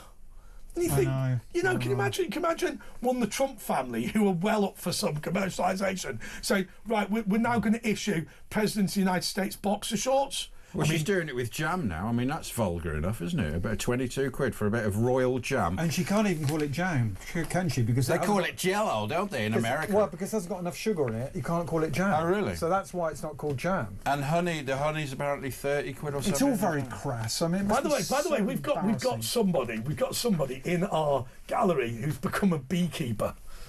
All right. Right, and I'll tell you Unlike Meghan, who pretends she's... I'll tell you what's really interesting. Right, okay, so there's not many interesting details about honey, but one of them is, this Manuka honey that costs a fortune? Yeah. So my mate brings in honey from Ukraine. Right, I'm not joking. Yeah. And it is a completely different product. And apparently, even the really expensive honey in supermarkets is rubbish compared to the stuff. So I've said to him, right, you're not giving these jars away for free. I'll buy some of them. Right, proper honey. Proper UK. Apparently, a lot of the honey in some supermarkets isn't even honey; it's sugar syrup, and it's quite a hard test to determine the difference. Apparently, which I find weird. Absolutely. Well, it was amazing. I made a ham with the Manuka honey compared to the from a beekeeper in Ukraine imported stuff, and it was completely different. Probably like the old British, they used to go on about the tomatoes were much better in the... tomatoes. Were they better in the old days? No. Tomatoes don't taste... Oh, thank you very much. We're about the same age. No, yeah, we're about the same There's no way. age. How old are you? How old are you? 36. You're not about the same age. If I tell you how old I am, I'm never going to get booked on this show. Well, why? We need to up the quotient. Oh, no, you're not ageist here, are you? No. How could... We have Kev and Mike Graham. Right, can I just make a point? I'm not that old. James Wales. My YouTube channel Ian Collins is only 27. 1% of viewers and listeners are under the age of 40. 1%. Wow. That's me. Yeah, is that you? Do you watch it? Big fan, yeah. Are you? Oh. It's not very left-wing, is it? It's dirt. Okay. So how old are you, Alex? Oh, leave it, will you? He doesn't want to answer. All right, I'll tell you how old I am. Let's count the rings on his neck. But I better get rebooked. I'm 60. 63. Okay. Well, you look good for it, Alex, by the way, we've been trying to work out who looks like whom, and the only person I can think about with you is John Major. Oh, yeah. Oh, really? Or what about Jeffrey from Rainbow? No. If you took the glasses off, yeah, it's Jeffrey from Rainbow. Oh, dear. Alex. Ian Collins. We're getting the word Ian Collins. I know what you mean, yeah. Alex Stagg looks a bit like John Major. Yeah, I know what you're saying, John From Major. the side. It's from the side. Yes, John Turn around, do the side. So a lot of people say Steve Martin. Mr. Speaker. The right honourable Martin, yeah. gentleman. Oh, is in for the goodness sake! honourable, Right, let's even get a back gentleman. to the. Don't forget Mike Graham. Put your top on, Mike. Have I told you my John Major story? No, I've got to tell you this. This is brilliant. There was a member, very quick. There was a member of Parliament who was walking down the corridor in Parliament in 1993, just become an MP, and he bumped into John Major when he was the Prime Minister, and John Major went, "Oh, I'm coming to your constituency this weekend." The guy had diarrhea. He was desperate for the toilet, and John Major's talking to him. So he went. Oh, well, he said, so John was talking and he said, I was desperate because I'm a young upstart, he's the Prime Minister. He went, I'm just going to go to the toilet. John went, I'll come with you. And he said, John Major was stood at the urinal. He said, I pulled my trousers down and John kept talking as like, just horrendous. And he said, John... Was John Major in the cubicle? John Major was at the urinal. I said that. So John Major literally, he initially kept talking, and then there's this foul stench. Oh, for goodness sake!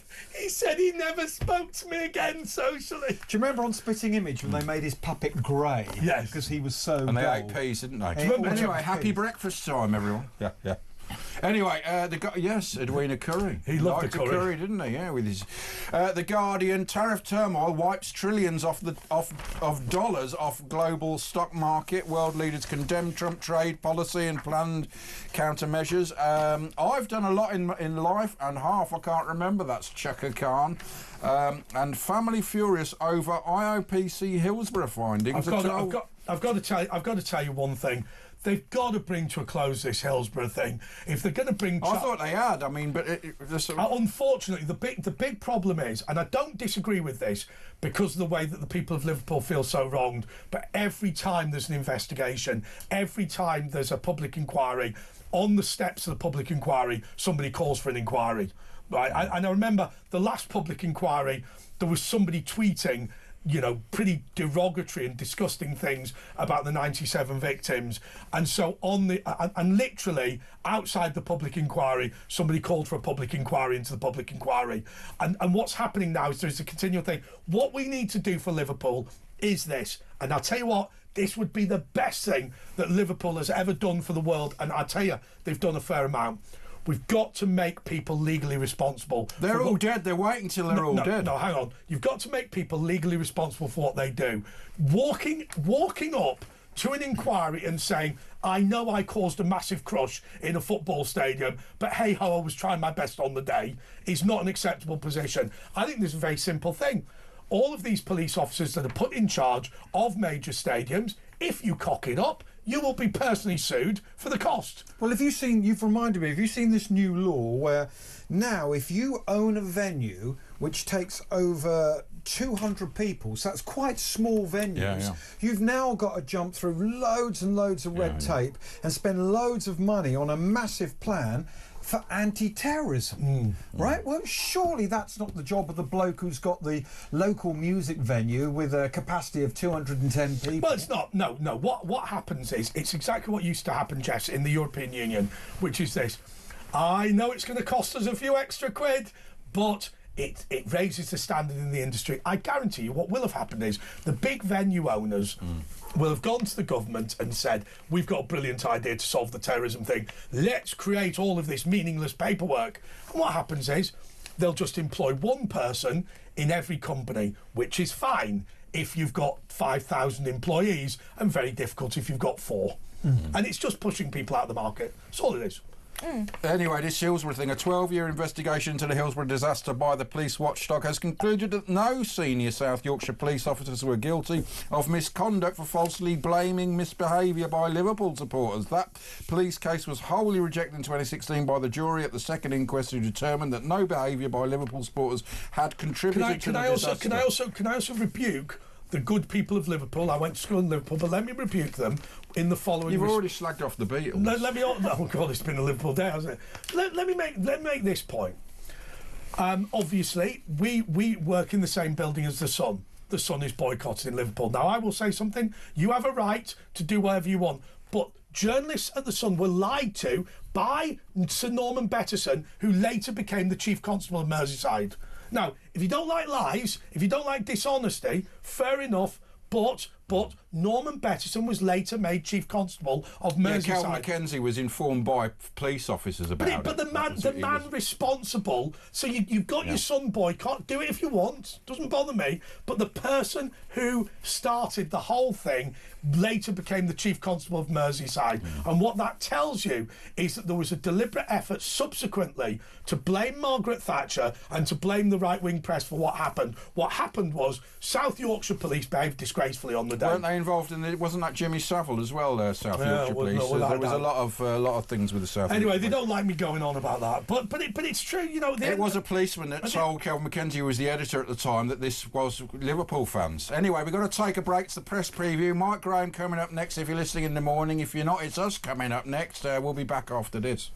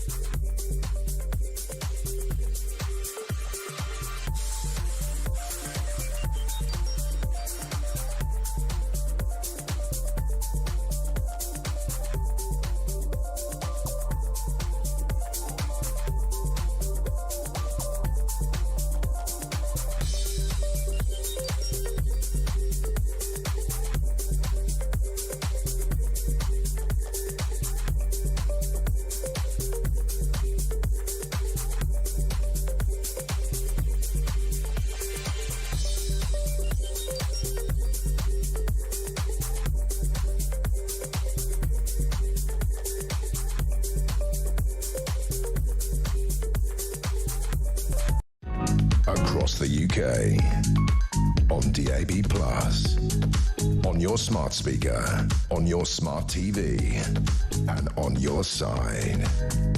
This is Talk.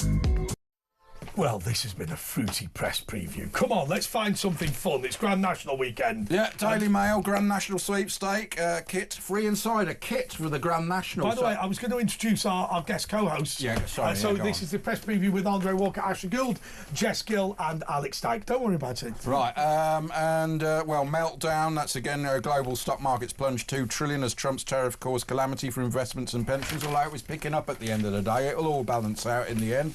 The Times, the day I sat for David Hockney, and who is that? I don't know. Norman Wisdom. David Hockney. And at the Times also doing a Grand National Sweepstake kit. What is all this kits now they're doing? Wasted generation of 500,000 who have never had a job, Jess. Well, hang on a second. Is everyone betting on Saturday?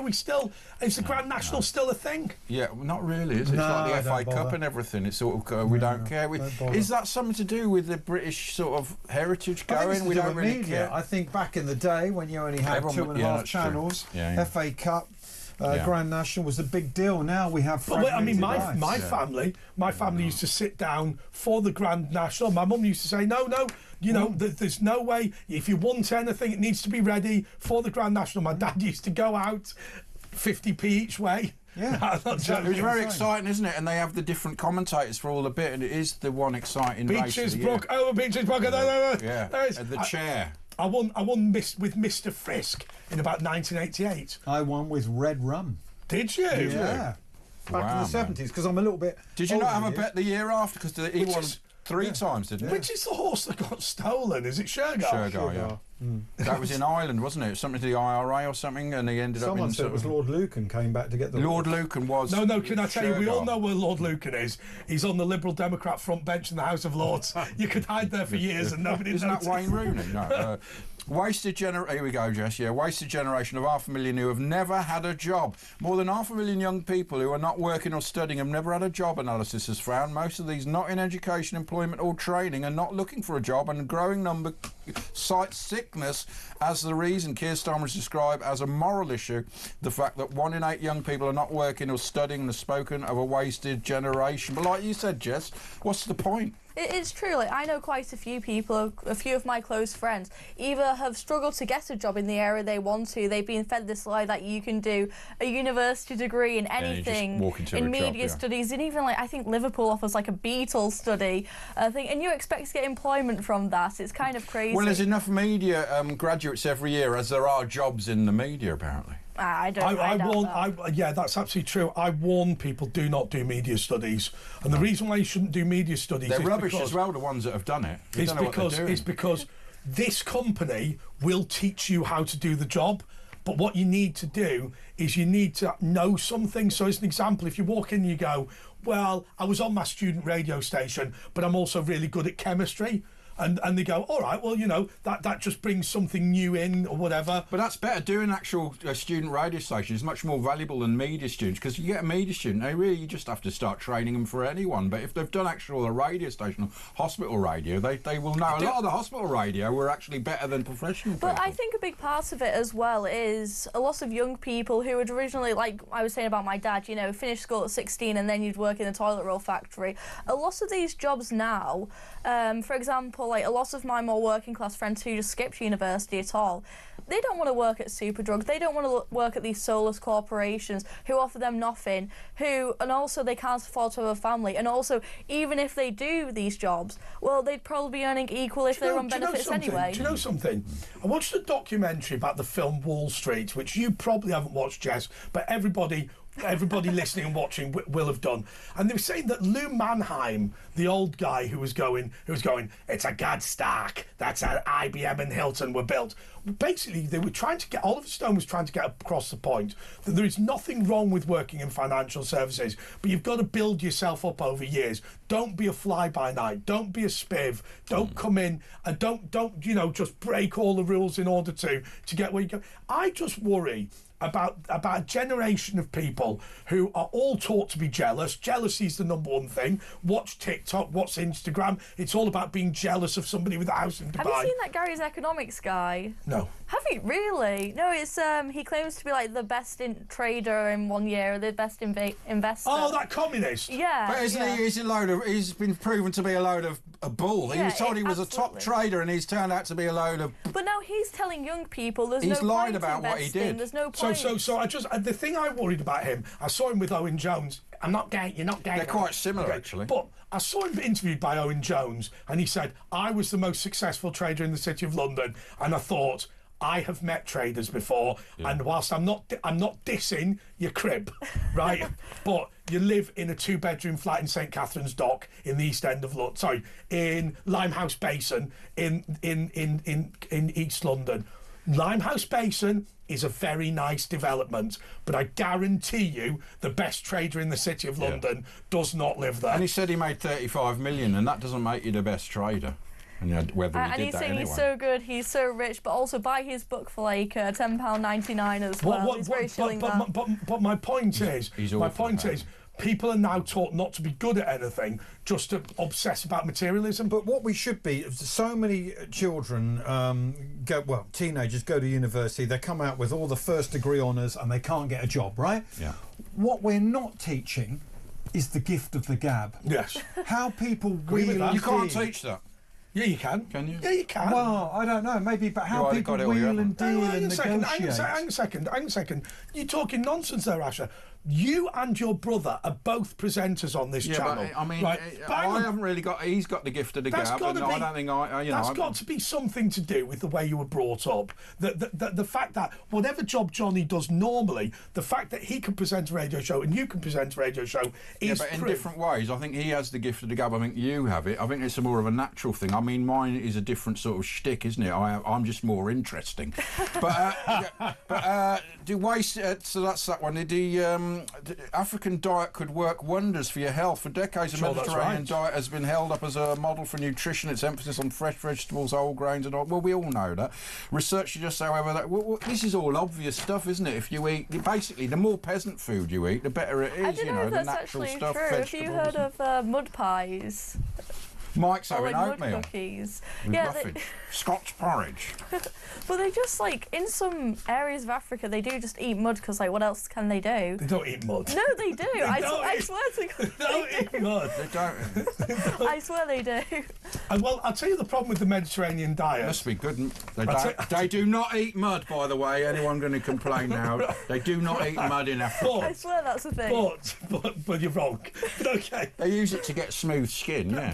But I will tell you one thing, though. I'll tell you one thing. When I look at my my Greek relatives, right, and okay, maybe I'm as bad as them. Maybe it's genetic. But when they say Greek diet's healthy, they're all big. Like, I'll tell you, there's some big girls as There's well. a lot of olive oil. Yeah. Olive oil is very fattening, isn't Of course it? it is. you know what I It's mean? fat. It's fat, yeah, they all go on about it. Yeah, so that's the other thing about this wasted generation thing. In the old days, it's now frowned upon, manual labour. But now, if you're a carpenter, you're doing an apprenticeship, By the way, your when dad, I was- or a plumber, you can make in London as an electrician or plumber, you can make 80 to 100 grand a year as a sole crazy, trader. isn't it? Crazy. And people just poo-poo that. They want And to do lots of this. plumbers and chippies and sparkies from outside of London. You try getting guys in Southampton, where I spend a lot of time. Yeah. You can't get them because they're all well. A lot of them are going into London because Yeah. the money's Let there. me jobs, let me yeah. tell you this. Do you know that Samuel Pepys got into trouble for employing illegal foreign labour? Yeah. I'm not joking. And unbelievably, the illegal foreign labour was from Essex. He had a Turkish barber, didn't he? No. In those days, trading outside of your county was not allowed. And so when Samuel Pepys sacked a builder from the City of London, he sacked him in favour of a cheaper builder from Essex. He got into trouble with the law because the London All the builder... guilds and all that. Guilds and all that. Yeah. Wow, every day's a school day. But it's amazing when he was saying I was accused of having foreign labour. Foreign meant Essex. Yeah, but also in the old days, if you went out, you'd say, "Oh, I'm going abroad." It didn't mean leaving the country; it just meant going out or going abroad. That's what it used No, to it be. didn't. It did, yeah. Oh, sorry, not in our lifetimes, though. No, not in. We're Don't. probably right, I've got to take a little break. Mike Graham coming up. You're listening in the morning, and it's me and Andre and all our guests, Jess and not Phil, is it? It's Alex. No, Phil Dyke's real name is Alex. Alex, We've established that right now. Back in the moment. Yep.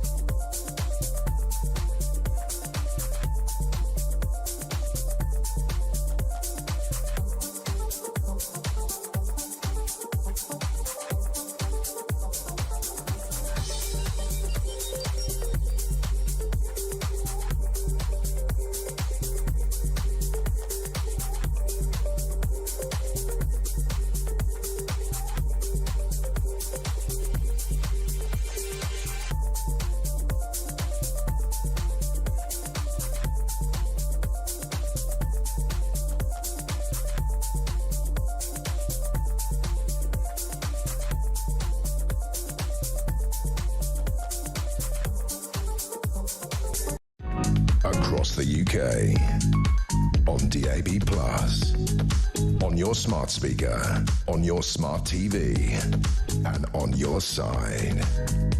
This is Talk. This is the press preview with Andre Walker, Asher Gould, Alex Dyke, and Jess Gill. Now, Choo choo, said Thomas as he rolled into the station. It's time for our discussion on the Beatles. The The Beatles. Beatles are rubbish. How dare Right, you? well, the Beatles, I mean, Matt, who works on production there, is And what? 23, And and what? he's just bought a Beatles album And from what? 1963. Please please me in stereo. Yeah, the Beatles changed the world. And Yeah. I'll tell you why the Beatles was such a big deal. Forget the music, right? Forget the music. He's going wild now. But yeah. He's like the Well, wild man of the Isle of Wight. I thought when producer Chuck said this, he was going to give us an hour on the Beatles, but I'll briefly do it. When JFK was assassinated in 1963, November 1963, America went into obviously massive mourning. It did. 6 months later, just as they were thinking, oh, well, maybe something can happen in life, the Beatles do the Ed Sullivan Show in New York, right, yeah. right? And they change history. And from that moment on, forget your Love Me Do's and your Please Please Me's in the UK. They were great songs. But from I Want to Hold Your Hand onwards in 1964, the Beatles changed the world. They changed society. The Beatles grew their hair. Everybody grew their hair. Okay. So you've got a music show on Rewind TV. So the reason, just for those of you that have tuned in more recently, I asserted that the Beatles were rubbish, and you almost exploded, I did. which I think is a reasonable thing. Here's my argument against the Beatles, and I'll be serious for a second. So first of all, I have no problem with sitting listening to the Beatles. I don't do it, but my view is the fact that they did all the things that they did in terms of being a massive British export, in terms of almost inventing the teenager, And if the you depth like. of work, they're Right. all different songs. I mean, But why care all these years later? I'll tell you what, it's not that I they were don't like Shakespeare. It's not that I don't like the music. Well, yeah, but I think Shakespeare's crap. I agree there, yeah. But you sat there. Oh, that thou art boring. 500 years later. I hate all his albums. Right, but anyway, do you know what Philomena Kunk said about Shakespeare? She went, Shakespeare went to school and he enjoyed it and excelled, probably because they didn't have that boring Shakespeare on. when he was there. But anyway, look, it's the way that people think it's still relevant today. Well, it's because their music is pretty timeless. The Beatles' music But is it still relevant pretty today? Yeah, because bands still Yes. base themselves on the beat. I mean, okay, Oasis have not been around, but a lot of bands, in fact, all bands after that, were changed because of the Beatles and influenced by the Beatles. They absolutely changed it. But all. do They you were not impressed. accept that? So forget people who are older, right? Do you not think that the average 25-year-old that likes the Beatles is torturously dull? No, I don't. They're And more I- interesting. And look at the success. Well, yeah, Matt Thornton, our producer. But look at the right? music that the youth listen to now. It's terrible. So ones that actually look at the old music, I think more of them. I remember when my little brother was 18, my niece got baptised, and my mum went, right, who's doing the music for the party? And my little brother went, I'm doing it, and she went, I'm not having all that effing and blinded, because he was into rap. But look at the popularity of the Beatles documentary on Disney Plus, the Get Yeah. Back Explain. documentary. So the documentary. There's a documentary on Disney Plus. By the director of the Titanic, that guy. It was James Cameron. Wasn't it? No, it wasn't James It Cameron. was one of the it was main Peter guy- Jackson. Peter Jackson, who did yeah. Doctor he Who. did loads and loads of big movies. but, Amazing, and they yeah. got all this old footage of them in the studios. It was Over sort of when they 50 split up. hours worth of footage from And the the Let It roof- Be the sessions roof, and the gig, rooftop thing. when they basically did all split that. up. You too have played on a roof. Everyone's played on a roof since then. The Beatles kind of invented everything from. Okay. But you know that 1960s roof on. concert? I think it was Savile Row, wasn't Yeah. it? But it was like 4 floors up. You wouldn't have been able to really see them. No, It but was they only weren't meant to people be in the playing on window. the roof. They were meant to go and play on the top of Everest or something then they like said- that. And then in the end, they just did it on the roof. And a copper shut it down. Imagine what we would have had if that copper wouldn't have shut it down. Yeah, that was all Full. kind of staged. Okay. They needed an end, so Yeah, they but let the police up. they all said apparently they wanted to carry on. They were loving it. Well, yeah, I think Well, they yeah, got but there. They didn't like live gigs Yeah, but because people- they couldn't have the sound systems. But people lie on these things. I guess. Okay, right. So, when I was at school, I'm going somewhere with this. When I was at school, I studied Nazi Germany as a sixth former. And they talked about Leni Riefenstahl and Triumph of the Will, which they said was the groundbreaking political film. The problem is, because it's the film of the 8th Nazi Party conference, they weren't willing to show it in schools. But she'd done things like, when Hitler talked about young people, she cut to a child. Right, and the crowd cut was invented when she mounted a camera on rails so she could sweep round and had the sweep shot and all this sort of thing. Is the issue here that the Beatles were brilliant, or is the issue here that they invented modern music? I think it's Well, both. it's both, isn't it? I think it's both. They were only together for 8 years. So you have all those hits in the 60s. Then for my generation, I got them in the 70s. They were always on TV. That was the hippie stage, wasn't it? But they split up by then. They hadn't split up in 70. Yeah. But after they split up, When did they start looking like Stig of the Dump? At about 67. Right. About 1967. They went really hippie. But in the 1970s, all of their singles were re-released again and went back into the charts. Really? The movies... When it was hard to get into the charts. Yeah, and all the movies were still on the TV. Then in the 80s, it was their 20th anniversary. They re-released all the singles again, their hits. You get the big anthology series in the 90s, and that was propelled by Oasis and Britpop. I've got to be honest with you. I did a tour, right? When I was a member of the Foreign Press Association, we got a message out saying that somebody wanted an American journalist to do a tour of a particular place. They didn't say what.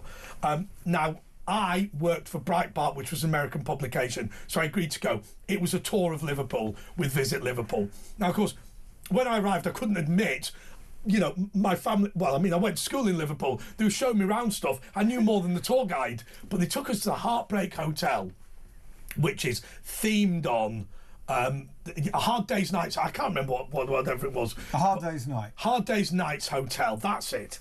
And Yeah, Elvis was Heartbreak Hotel. they took us into a room and they went, this room, it's got a bit of a strange photo. I've never really understood why it's here. The Beatles don't even look like the Beatles. They went, that's because they're the Rutles. And like the whole staff had not been told that one of the Beatles themed rooms had the Mickey Takers on it. No, Yeah, but that was produced by George Harrison by Handmade Films. What do you like, Jess? You know, you're the youth. Are you Jessie- an Ed Sheeran fan? No, he's too old for Jessie's her. nan dated Paul McCartney. Yeah, No, yeah. she didn't. You That's what dated she- Paul McCartney? My grandma apparently dated Paul McCartney. Well, she was from Liverpool originally, so everyone everyone had a dated go. Paul McCartney, yeah, naturally. So what did she say about Veggie Mac? I don't know. It was from my mum. She told me. I call him Veggie Mac, by the way. John Lennon, Veggie Mac, and the bloke off Thomas So you're Tank. Paul McCartney's granddaughter? You've never told us. Well, imagine. Imagine, that's John Lennon. Do you remember we had that girl who worked on that was called Lacey Butcher, and one of the crew said that it was Jeremy Kyle's niece, and the rumour went round.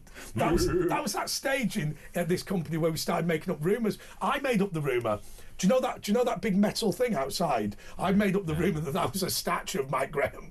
But anyway, Mike Graham is coming up right now with his breakfast Join me show. at breakfast. Right, I didn't do the impersonation, just to be absolutely clear. You can call him 0344 499 1000. Call me. Big day in the news, and no doubt he's going to be covering absolutely all of it. We're going to pretend he's running right into the studio, so I will see Let you me at it. probably tomorrow.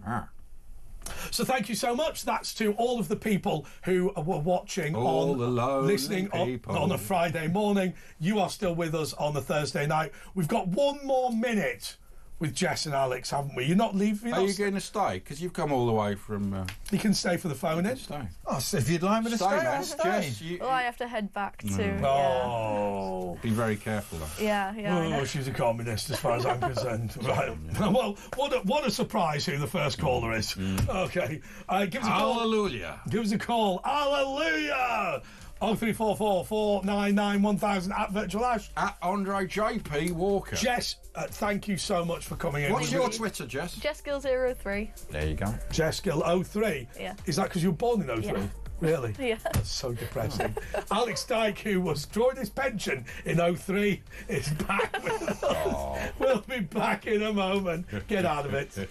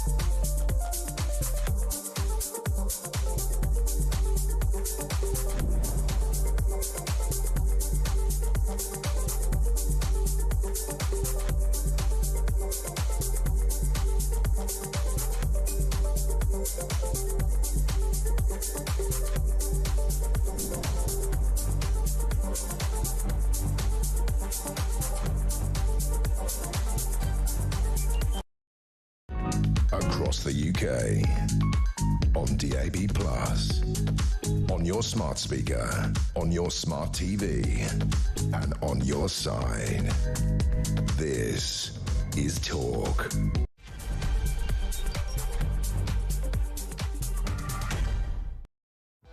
Well, it's happened. It's a tradition of the Late Show with Andre Walker and Asher Gould. We forgot to put the earpiece in the guest, and the engineers are now running around attempting to fix it. So what we're going to do is not go to Phil Dyke, whose real name is Alex. We're not going to do that. We're going to instead go to Ken in It's London. in his ear hole now. He's ready. Are you ready? Can you hear? I can't hear anything yet, but maybe when someone talks to me, I'll be able to. Yeah, so don't go to him. Like I said, don't go to him.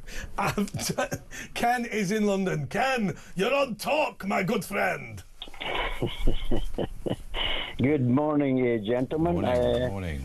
The past week, an very important revelation of the brokenness of Great Britain was revealed by guess who? King Charles and the head atheist of the nation, Keir Starmer. Why, what did King Charles do? King Charles was very strongly promoting and propagating having faith in Islamic. Some say he's converted to Islam. He seems to be. Well, we don't know. Man, I had a great respect for King Charles up till this time, but now I see that he's very disingenuous.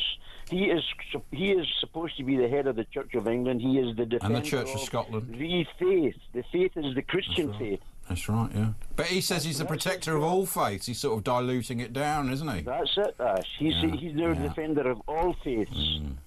This is a deception. Now he has reneged on his responsibility. He is to stand up and defend the Christian faith against particularly Islam. Well, so about the Archbishop of Canterbury as well. I mean, the last one anyway, he was totally not promoting Christianity. Well, they're a disgrace. Well, he was an oil trader, wasn't he? What sort of qualification is that? The King, actually, Ash. I was ashamed to listen to the King. I was ashamed for the man. Yeah. This man, totally disingenuous. This is like Starmer. Yeah. Well, He's supposed to defend the teachings of the Bible. Now, do you know that Islam, there's one unforgivable sin in Islam. Do you know what it is? It's called shirk. S-H-I-R-K. Do you know what it is? What's a shirk? Shirk, that's the name of the sin. This is the unforgivable sin. This is the biggest I sin. thought apostasy was the biggest sin, leaving it. The death penalty. That is true. The biggest sin that you can commit is to associate anybody with the God Allah. So when the Christians, we worship Jesus Christ as the Son of God, they say that's the biggest sin you can commit. So when a Muslim says they respect the Christian faith, they are lying. I'll tell you something, Ken. I'll tell you something. It was quite interesting. And I make this point about multiculturalism and about rubbing together in a free society. I make this point. And it talks to what you've said. I was in a car once with a Muslim gentleman who was a driver, and I was talking about the fact that I'd read the Quran, which I have. And in fact, a very dear friend of mine gave me the Quran in both English and Arabic, and I don't touch it if I've drunk alcohol. And even if I do touch it, I would only touch it on the day I've not drunk alcohol, and I'd wash my hands. So you can hardly ever touch it. Oh, yeah, that's right. But that is true. But by the way, but what? So I do that not because I believe in being alcohol free. Clearly, that's absolute nonsense. But I believe in being respectful to the person who gave it to me. So anyway, I read it. Now I've got to be honest with you. I believed many parts of it simply because it's how do I say this respectfully? It's largely a rehash of things that we've heard before in the Old and New Testament. But okay, so I was explaining this, and as I explained the fact that I knew a lot of things about the Quran, this man was purring with joy, right? He was absolutely delighted. And as I was about to get to my destination, I said to him, "You should read the Bible." And he pulled up the car, banged on the steering wheel, and because he was going, "Thank you for being so multicultural, so being so open, so you should read that." He went, "I would never read that because it says Jesus is the Son of God. It's a disgrace." I said, "Oh, I'll tell you something, isn't it interesting? We're all interested in multiculturalism, we're all interested in tolerance until you have to be tolerant towards me, you effing hypocrite." And I said, you know, the reality is you believe that you have a right to be respected and you have no duty to respect anybody else. And he said, and then he looked at me and went, I'm sorry, I didn't mean to do that. I didn't mean to do that. I said, I'm getting out of the car now. 1 star. Right? But what upset me, Ken, was this.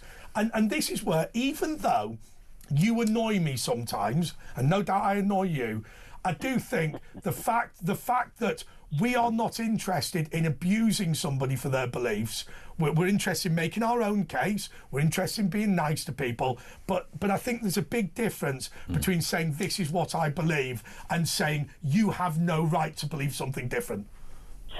No, I understand where you're coming from there, Andre, but listen, Jesus set an example in the Bible. When he met the religious hypocrites in Jerusalem, he called them the children of the devil, hypocrites. Jesus was honest, straightforward speaking. Jesus cast the moneylenders out of the temple. Well, the moneylenders, to be fair, he was angry with because their terrible interest rates. Well, it was in reality. Give me a second, Ken. Exploitation of the religious for their own reasons. I don't think it was a particularly religious discussion.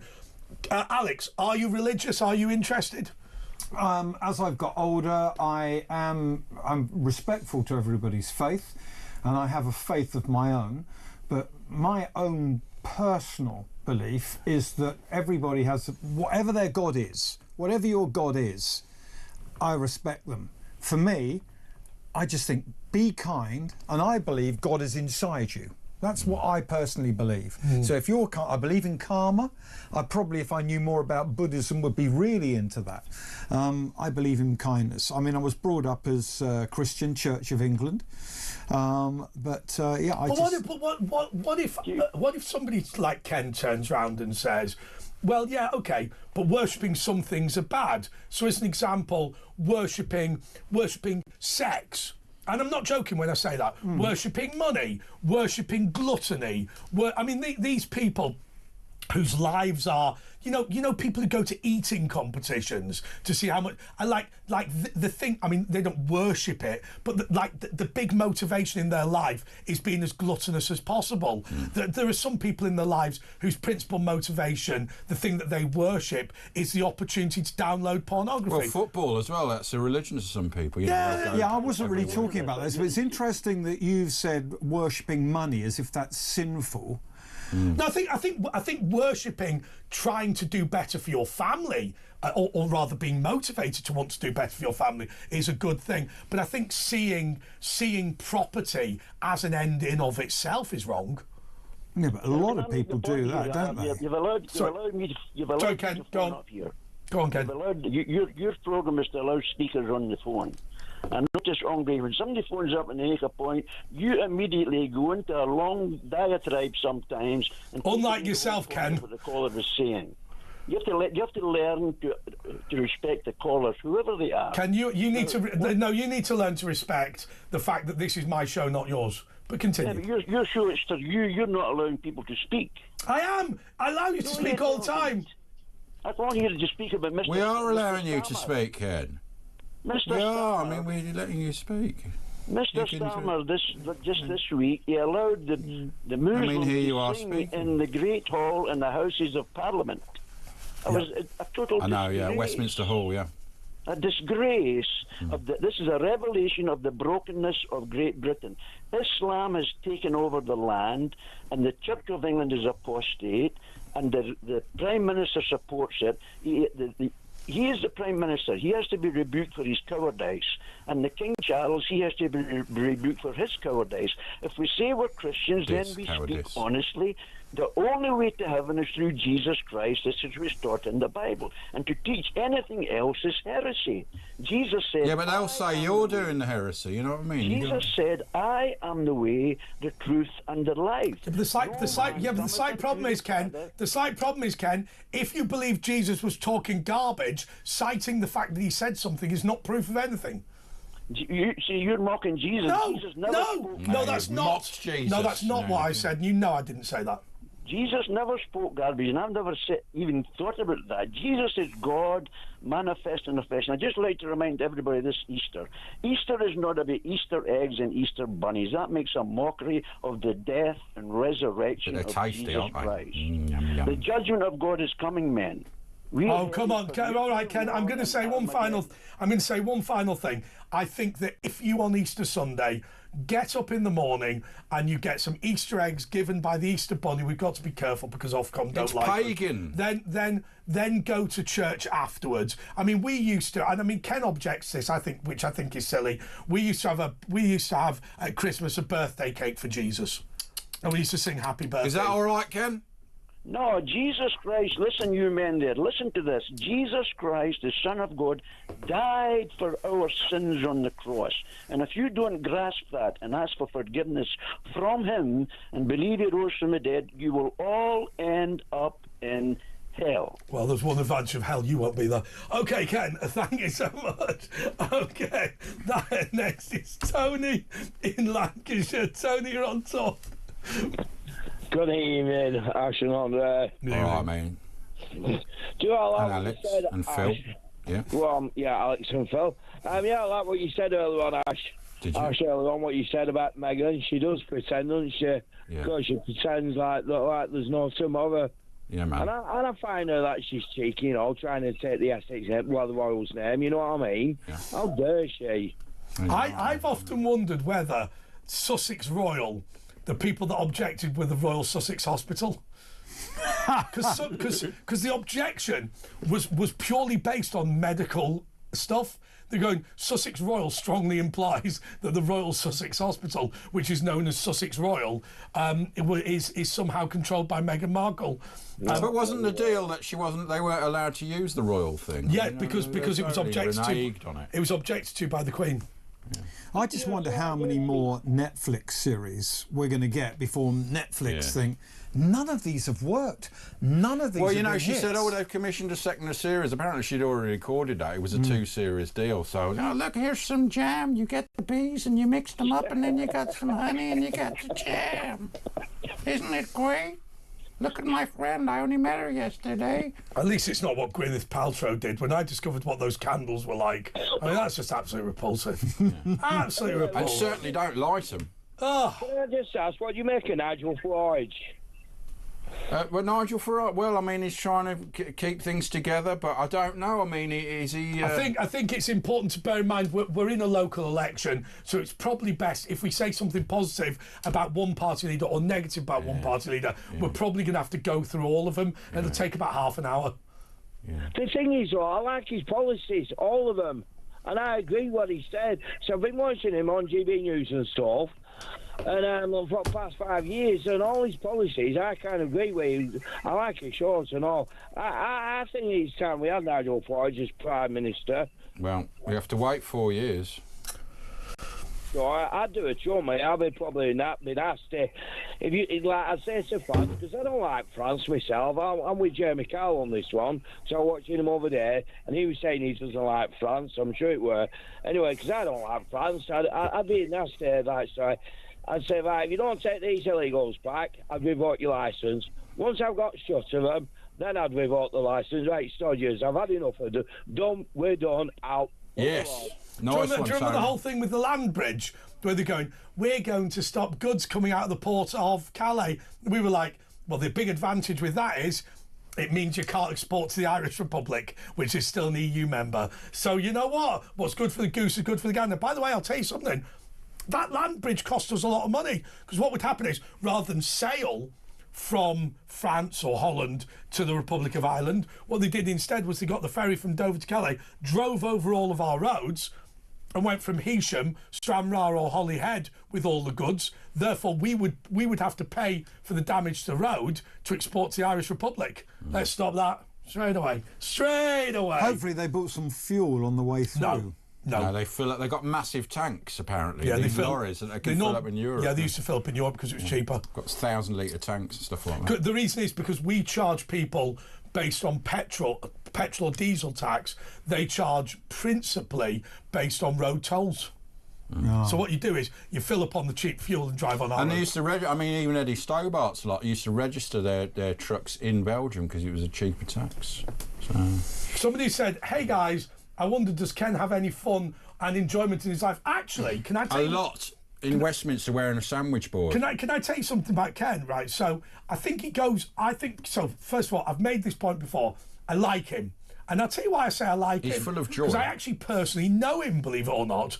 He does occasionally. So first of all, you see him with the sandwich board. You can find him on the internet. Find pictures of him. He's on the news a lot behind someone. He doesn't protest. He preaches. So he doesn't stand there having a go at people largely, unless it's Mick Lynch, who he claimed was the Antichrist, which was quite sad.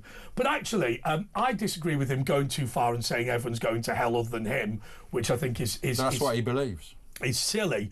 But I'll tell you one thing I do like about him. A, I personally like him. B, I suppose he's been a supporter of the show. And C... no, he never listens. He just calls in. He's never actually heard this. Is that right? Yeah, apparently he never listens. Oh, I had loads of those over the years. I never listened to your show, but I just want to say...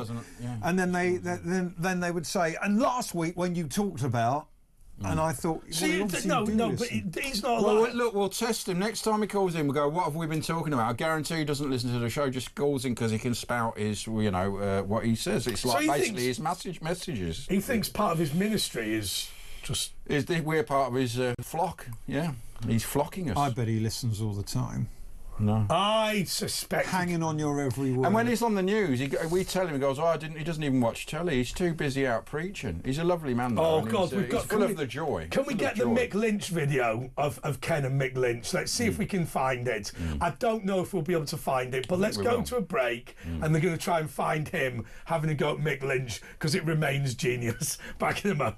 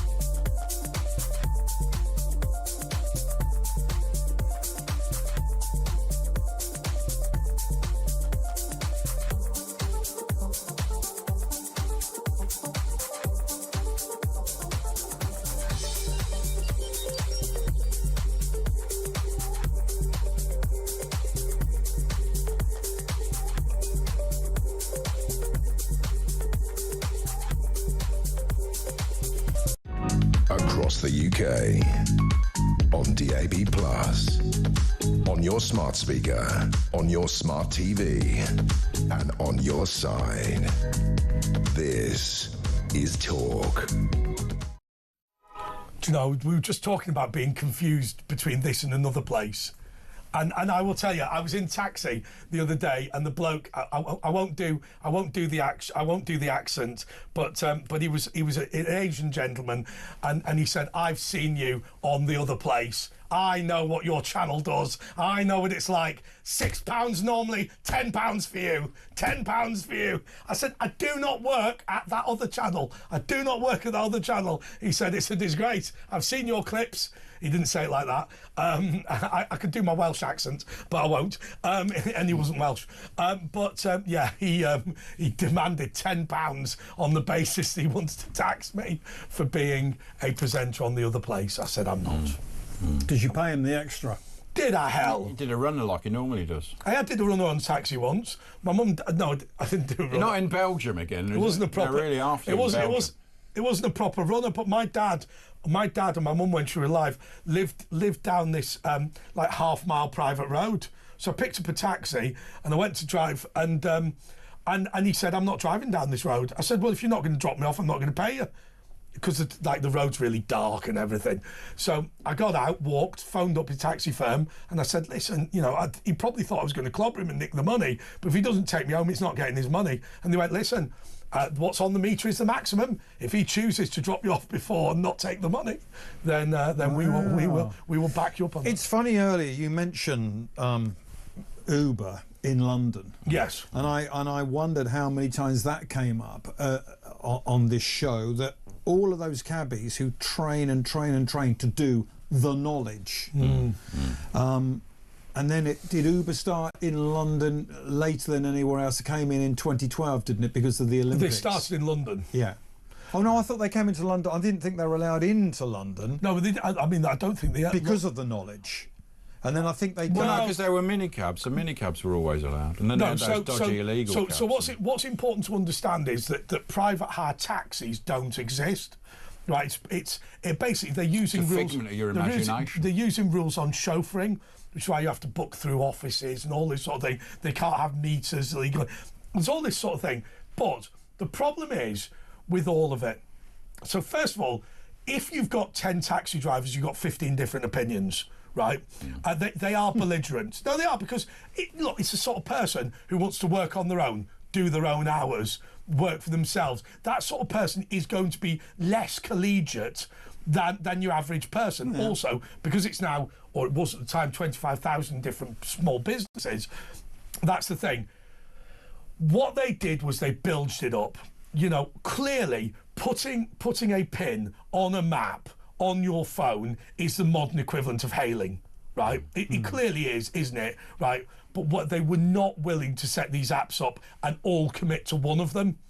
So if 25... Oh, so sat-nav done for them because you didn't need the knowledge anymore. Yeah, but if 25,000 of them simultaneously had one system, it would have been great. Now, they had things like, I don't know what it was called, might have been Bolt that they had, and it still operates. You can get them on Uber now, black cabs. What I think the black cabs, what should have happened on reflection was this. Transport for London should have known that Uber were coming and should have said there is a mandatory booking system that your licence fee goes towards. It is universal. Every cab is going to have it in their cab, and it's going to have to... Do you know what I mean? Yeah, no, I get that. They're also a lot more expensive, aren't they? I mean, they had a sort of monopoly. I mean, they didn't because there was minicabs, but they sort of, if you wanted to just get one out and about, they had a monopoly. But you get a guy, you get a geezer. Because they need to know about London. They've trained and trained for 5 or 6 years. But you don't need that now. Well, but don't you like that when you get in a... Well, hang on a second. Here is the slight problem. Here's a slight problem. I think the figures are right, but forgive me if I'm wrong. But when I worked for Westminster City Council, they used to say that the busiest street in London is Leicester Square, right? At 2 a.m. in Leicester Square, 50,000 people needed to go home, right? The London taxi industry fielded a team of 7,000 drivers. Now, what they'd say is, look, we need to put the price up because there's too many customers. So it was about controlling the market. And the reality is, I'll tell you why I got involved, because initially they said, get rid of the taxi touts. And do what? What? Sit 40,000 people down singing Come By Our with a lollipop while they wait for you to come back. You know, the problem is the London Hackney carriage business bilged it up for themselves. However, I do think government got it wrong as well. They should have been mandated to field a full team on Saturday, Friday and Saturday night. And all these, I don't like going to South London, mate, and I don't like working Friday, Saturday. You should say, no, you're coming in. Right. Yeah, but hang on a minute. If you're a taxi driver and you've got a young family and you feel threatened on a Friday or a Saturday night, why would you have to come in if you're a self-employed cabbie? But the problem is they didn't come in, and that's why Uber eliminated them. So ultimately, no matter how angry they are about comments I'm making now, ultimately, I mean, do you know the total fleet strength now of the London taxi industry? It's gone down a lot, hasn't it? 15,000. From what? 25. Wow. COVID did it in for him a lot. 10,000. They said the only reason they can pay the bill is the hobbyists have gone. And there's an irony to this, by the way. Because Sadiq Khan has demanded modernising all the vehicles, right, the people who only used to go out one day a week have all retired. Had that not happened, hackney carriage drivers would be eating rats. But it also, if you lived, 8 miles away, it'd be 50, 60 quid in a black cab, and it'd be, 20, 30, 40 quid in OK, let's go to Debbie in Essex. By the way, just to be clear, we do have loads and loads of calls. I wasn't filling time, but everyone listening is going to go, oh, there was nobody calling in. 0344 499 1000. Debbie is in Essex. Come on, Debbie, let's go for it. Hi there. Hello. Morning. It's Andre and Alex. How are you doing? We're all right. How are you, Doing Debbie? all right. How are you doing? I'm good, thank you. And thoroughly enjoying the show. My first time with you tonight. Not my first time on Talk Radio, but my first time with you. How's your first time with us going? How was it for you, Debbie? Hasn't finished yet. But what do you want to... Thank you. What do you want to talk about? I was calling, if I'm honest, I was on my way home from work earlier tonight. Yeah.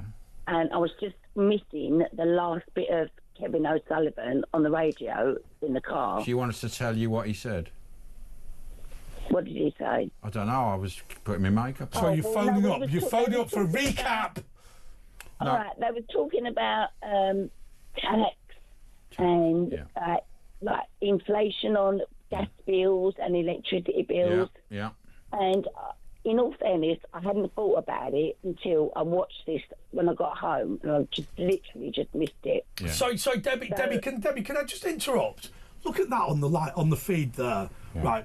Basically, it's not allowed in the House of Commons to read your speech. A blooming Labour MP has stood up, with the A4 sheets like she's doing a school debating thing. Sama does The standards are so low nowadays. Yeah. So probably written by AI. Exactly. Sorry, Debbie. It just drives me bananas. Our public servants are no good. Debbie, I'm sorry, but go on.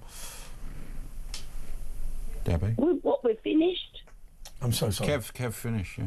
No, but what I want to ask you, Debbie, you say you've just come. I mean, our government is beyond ridiculous. It there is. was about as useless as an inflatable dart. Well, I mean, you say you just come from work, and I mean, I bet you go home, you can't put your heating on, constantly and keep warm. You have to put on. This is my issue. So I went back on my statements, and from the 1st of June last year, I was paying £17.37 every month to Octopus Energy. Yes. Wow. And as of the 1st of April this year, I am now paying, this was my bill on the 1st of April, £198.95. So 1,000% increase or something. Where did that come from? I am a So, I mean, person what do you do for work? I mean, you sound like, you shouldn't be working anymore. I mean, what do you do for a job? I work in a little private hospital in Essex.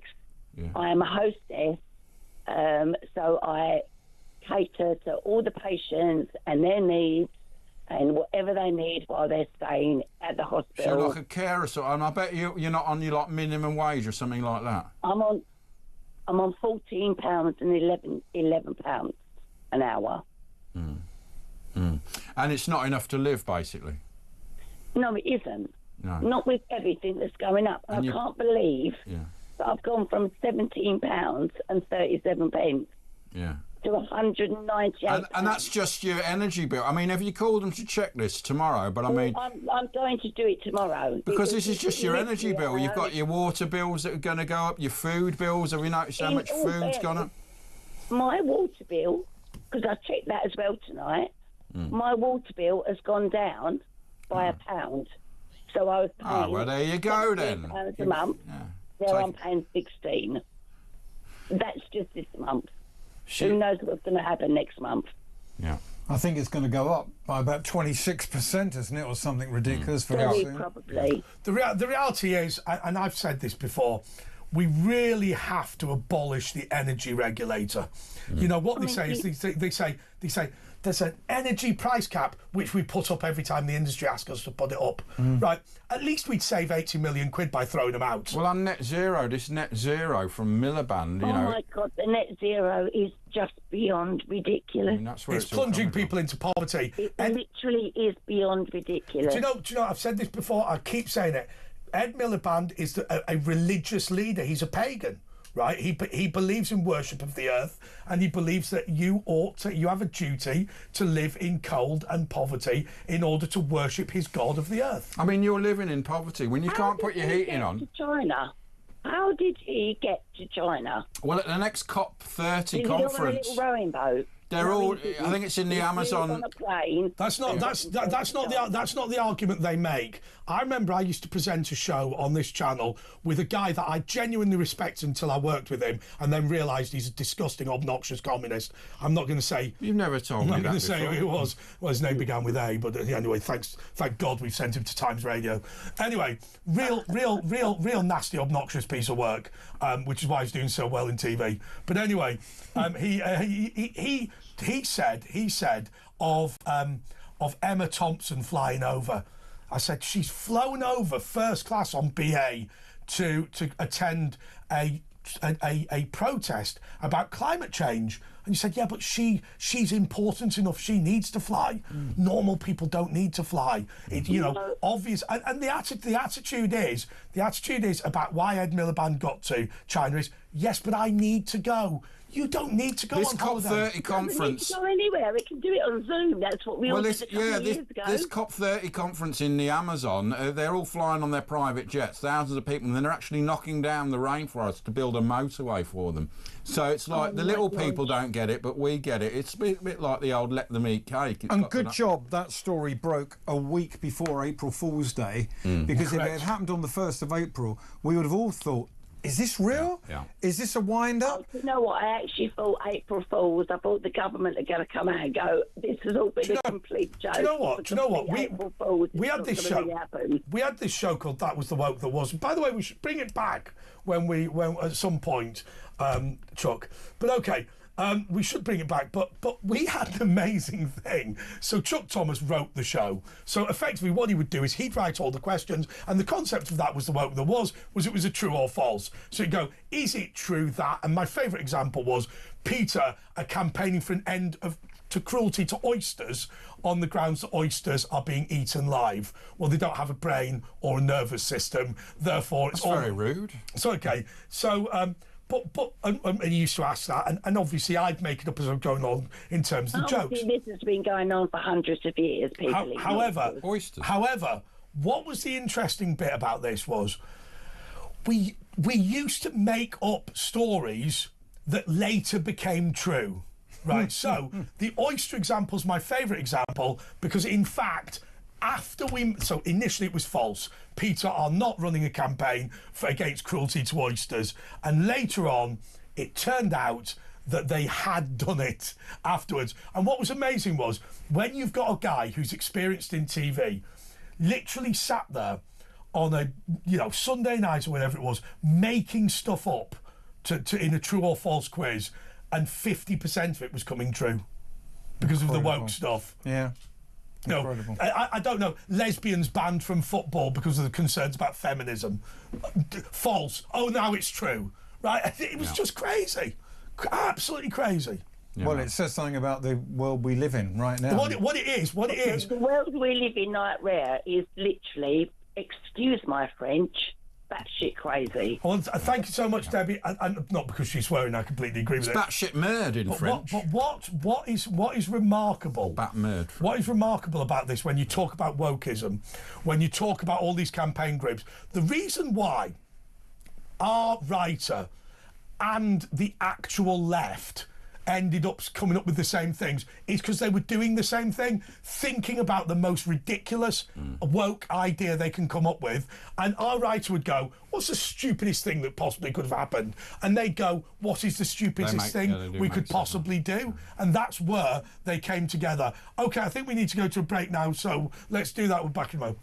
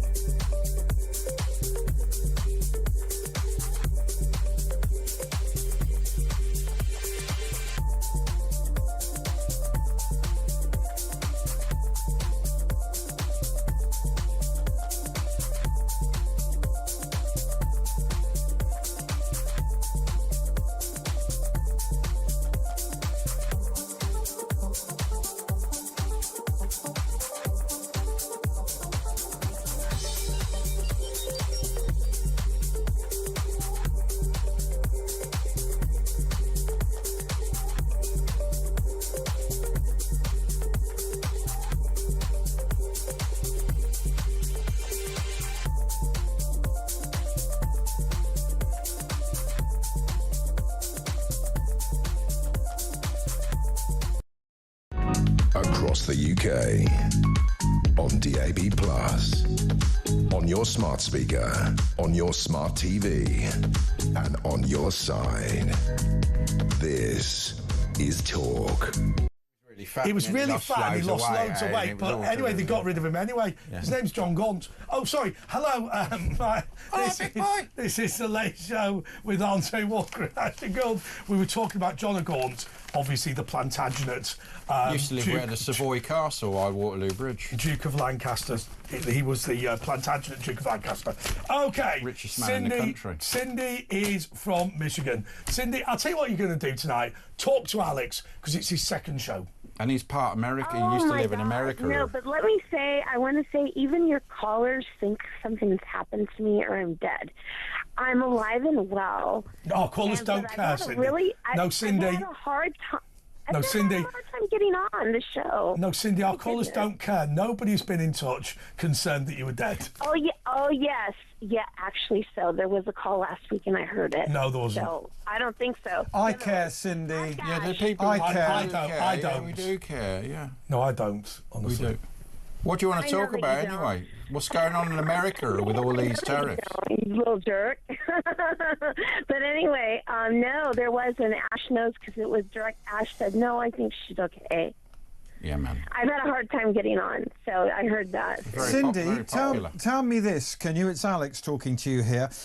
How is Detroit? Because the last news pictures I saw of Detroit, it was a broken, bankrupt city, and in the 50s, 60s and 70s, it was motor town. You could buy apparently amazing houses a few years ago in Detroit for like $5,000 with all nice wooden floors. Well, we get on that was the one that was 1 week. The prize was a house in Detroit that I'd bought for £50. Wow. So how is it now, Cindy? Well, it's doing great, actually. I live 2 hours away. I have to drive 2 hours north to get to it. But I went through some neighborhoods that look like they're pretty scary. You wouldn't want to be there at night. But downtown looks fantastic. I've been to downtown, and it was like a dream. How have they turned it around then there? How have they turned it around? Well, I think that... there's a lot of famous people that have been trying to uplift the city, like Kid Rock. I don't know if you know who that is. Yeah, Kid Rock, yeah. Yeah, you know, he's from Michigan, and he's a big supporter. Yeah. So there have been things that have been just getting them up and up, because I went to see a show. I went to see Echo and the Bunnymen. A Liverpool band again. Yeah. Yeah. And so I went to see them downtown Detroit, and it didn't look knocked down. It didn't look tore down. Not sure how they're doing it or how they're getting it back up to par, but they are. So, yeah, it's totally rocking. I used to know their manager. He was a Scouser, yeah. Get out of here. Ian McCulloch, Ian McCulloch, manager Darren. Darren, all right, Darren? Yeah, total dream, total drop down. Oh, my God. Yeah, I was... Calm down. Because your hair is a bit like them, isn't it? It's a bit like... Yes, and Well, her looks like a bunny man. You know, it was kind of hot. Yeah, but I wanted also to tell you, I'm trying to plan a trip out. First, I'm going to go to Tennessee. You want to trip out? Did you say? No, well, that would be kind of cool too. Yeah. You're giving me flashbacks, Ash. Stop it. She actually looks like Cyndi Lauper, Cindy in Michigan. Hey, Cindy, I might hook up with you. I'm going to Tennessee next month. I might see you there. Hook up doesn't mean meet her. Her husband's listening. I'm going in August. Oh my God. Oh, I'm just going to miss you on there next month. You look like a very sophisticated Steve Martin, but sophisticated. Steve Martin? I thought you looked like John Major. No, but you know what? Also, you don't have to be bashful about your age. You should be proud because you look good. You look but great. Cindy, in all due respect, all of this, feel good about yourself, believe in yourself. Yeah, we know you lie, you Americans. That's American. No, Cindy's right. And I'll tell you why she's right. Because I'm 53. You're in good condition. Well, I'm going to be April 30th. What is the option? You either celebrate it and go with it and find your own style, or you... Eric Hall used to say he was older than he was because then he'd look even better for his age. Monster, Monster. But I forgot your name, sir, in this spotted shirt. Alex. Well, it is, Cindy, it is Alex. The guys have been calling me Phil all night, but it's Alex. Yeah, Alex. Alex, you know what? I'm thinking about planning a trip out to the UK. Saving my money. I think it's going to be maybe November. Are you going to bring your husband? No, it'll just be me. He's got Well, there you go. Dogs and a cat. You can hook up then. Woohoo! And yeah, so but I want to meet like some people at talks. So, you know, Well, no. Can I tell you something? It's not for me to say for definite, but I'll tell you what we've done in the past with regular callers, very regular callers, who we like, and you have zoomed in. I think it's possible for you to come in person and do a small segment in the studio. I think that'll probably. I would love to. Because I adore It's like when we brought in the Andre Walker, who is an Emmy Award-winning documentary maker from I forget exactly where he's from, and I said to him, when you get to the door and say, "I'm Andre Walker," don't do that. I've called you Steve Walker.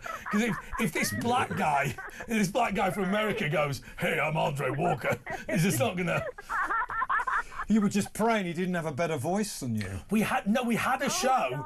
We had one night. We had the Late Show hosted by Andre Walker and Andre Walker, and we did a double header. Oh wow! Hey guys, listen to my fear here. There's a little bit of trepidation, I feel, and nervousness, because I'm thinking, what do I have to wear? Like, do I have nothing? To make any adjustments? It's a statement in of itself. Just wear your Cyndi Lauper stuff. Just wear nothing.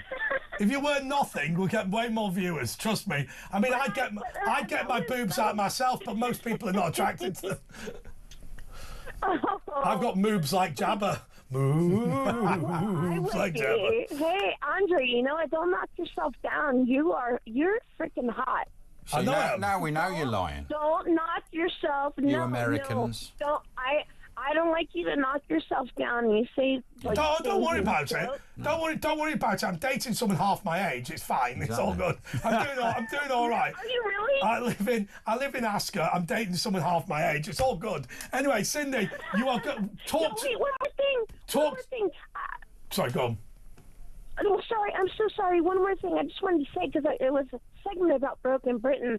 So my trip out there that I'm trying to plan, I'm scared. I'm a little bit worried. So tell me something good that, like, I'm not. Let me tell you what is good. In London. What is good? Half the reason we're moaning is we're going to take back control of this country. The vast majority of the place that you go to will not be the places that have been so badly damaged by immigration and whatever. It's not like perhaps an American city where you're going to be in a lot of danger in the streets or whatever. They will try and mug you though, so keep all your personal belongings. No. Let me tell you. The one thing you've got to be careful of is there are people who maraud on the trains trying to rip off unsuspecting tourists. They're called the sandwich vendors. Monarchs.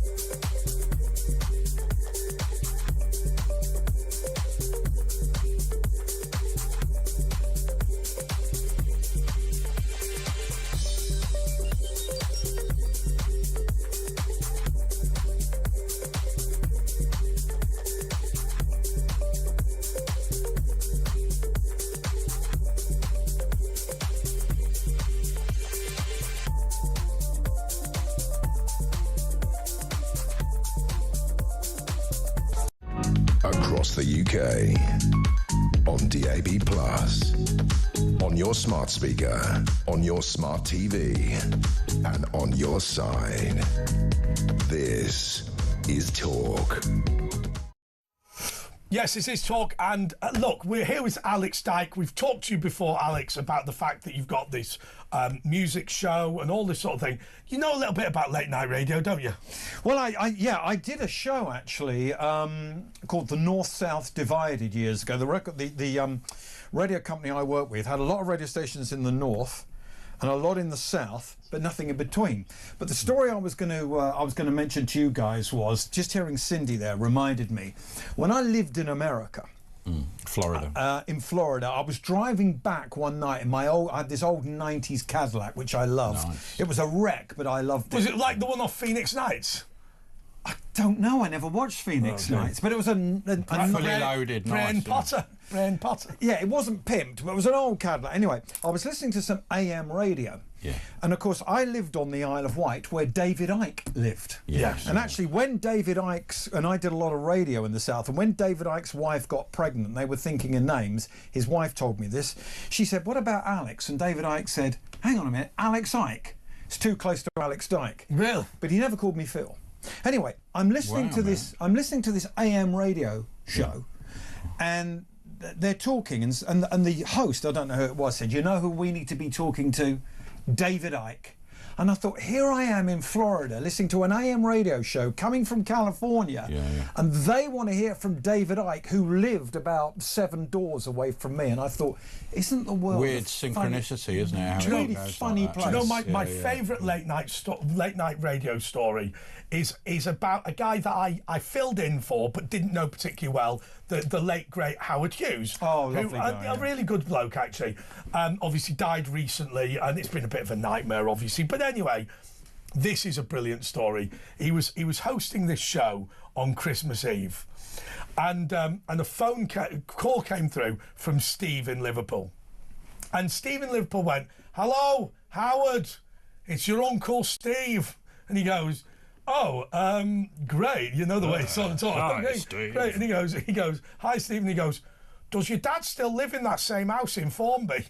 And he goes, "Yeah." And he goes, "All right, I'll go round now and knock him up and give him his Christmas card. See you later." And that was the call, right, literally. Well, he probably didn't have his number. It was the only way to get in touch with him. I wonder whether he thought, like, that he wasn't live on air or something, but it was a live call, completely and totally live on air. Oh, he was a lovely, lovely guy, wasn't he? Yeah, he was a great guy. Well, I knew somebody else. Do you remember Simon Nix? He was my brother's flatmate. Late night Nixie. Yeah. Yeah. I know the name. Hey, it was terrible. Nixie got married and worked at BFBS. Literally the first week he was at BFBS, he took the day off on Wednesday because his stomach was sore, and they admitted him to hospital the following day. Small cell cancer. He was dead within a month. Never left hospital. Horrendous. Okay, nice, let's go to Andrew in Keep it Bristol. Keep it light. It's a meet and greet. Andrew in Bristol. Andrew. Hello there. Hello, morning. Yeah, very good morning to you guys, and it's a wonderful show as usual. Thank you. I must admit that. So are your testicles in a clamp? Yeah, probably. Ours are. I just wonder. No, that's my hand. What's going on with regards to the. Come on. Come on, spit it out. It's an amazing thing that. What is? It's an amazing thing that I really believe that. What's an amazing thing? Well, how can we? Well, how can we what? How can we have? Yeah. An amazing, the amazing thing that. An amazing thing. And all the people that are involved in the government. How can we have these people? I know. I don't understand it. I mean, none of us want them, and yet we've got them. Well, this is true. But I really can't understand what's going on. What about your life, Andrew? Are you struggling with putting your heating on and everything, and eating and stuff? Oh no, I must admit I must admit, I'm pretty good with regards You're to ruining our narrative. this stuff. But why are we talking about? Yeah, what are we talking Why about? are we talking about what? Why are we talking about Starmer and all these people? The government. I mean, because we can't do anything about it. Can we all talk about it and they just ignore us, call us far right, and they just carry on what they're doing, It's don't they? very serious, Andrew. It's serious. Yeah. No, you're right. Thank you, Andrew. Well, I think he's brought some real depth and clarity to that point. It was an amazing thing. Well, and Yeah. can you respond to his points individually? Well, I think the thing is sometimes when you phone up, I don't know if he's a regular caller or not, but sometimes when you phone up, you I hope he will be. you kind of know what you're going to say, and then you get a bit nervous on the phone. Exactly. And maybe I liked he was him. having trouble He's getting all his right. words out. Nikki, Yorkshire. No. Where in Yorkshire are you? Because it's the biggest county. I don't think you should just say Yorkshire. Where are you in Yorkshire? The wonderful town of Doncaster. Aye, Donny. Donny, come on, Donny. Yeah. Well, Andre, I hope when you do your tour, you come to Donny. I will do. And in fact, just to be clear, if you want to join me for my first ever curry lunch, it's on the 20th of April on in the Viceroy Indian in Windsor. Right, you've got to go on my. You've got to go to my YouTube. What we're going to do is we've got an unlimited curry buffet. It's going to be a speech by me and drink and a bit of fun, question and answers.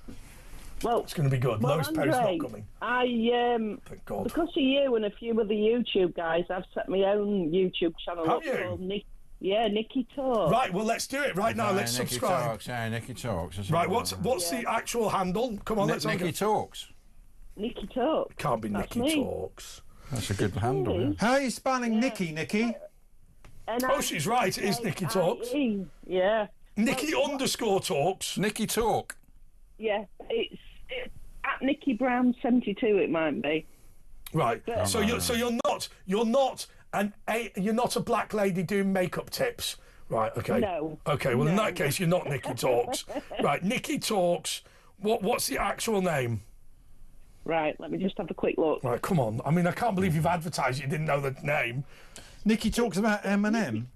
Nikki Talks. That's me. Nikki talks about Barbie dreams. The problem is there's multiple. What is right? What is your? About politics. Oh, hang on. You can't find the username, can you? No, let's go to Nikki. It's Yorkshire. Is it MySpace? No, it's at Nikki Brown 72. All right, here we go. That's what we need to do. At Nikki with a Y. Nikki Nickie. Right. Oh, well, that's a strange way of spelling. No wonder we can't find it. Nikki IE. What's Nikki Brown? 72. Nikki Brown 72. Bloody heck. It's going to be easy to find this. Don't worry. Yeah, I know. Nikki Talks. You've got 2 subscribers. You got 3. You got 3 now. It's terrible. You got 3 now. Are you a lady with short hair? I am. There we go. Let's have a go. Come on. Let's not hope it's bad. I tell you, I rang up tonight because There's not much going on at the moment, Nikki. Well, good afternoon, folks.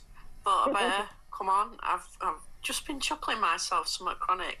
I've just been on X and I've just read Keir Starmer's post. He says, well, securing our borders, putting more cash in your pocket, making our streets safer. It's not as quick as it could be. I'll tell you what I'll do, She's Nikki. better in real life. No, Nikki, I'll tell you what we'll do. Let's put you on 1.25. Just see how that Put works. it on 3. Right, okay. There we go. Opportunities to our children, cheaper energy in your home, Put it on the an fastest. NHS that is fit for the future.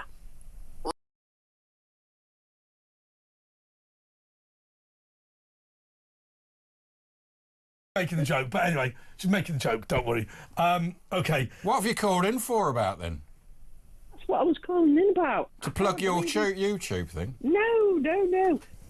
I can't believe what he's put on his X post. It's completely ridiculous. It's just gaslighting. The only slight problem is, and because I'm going to explain this because it's an election, we can't go on about party leaders. I know you weren't actually advocating for somebody. You were slagging them off, but I just thought it was easier just to cut that bit out.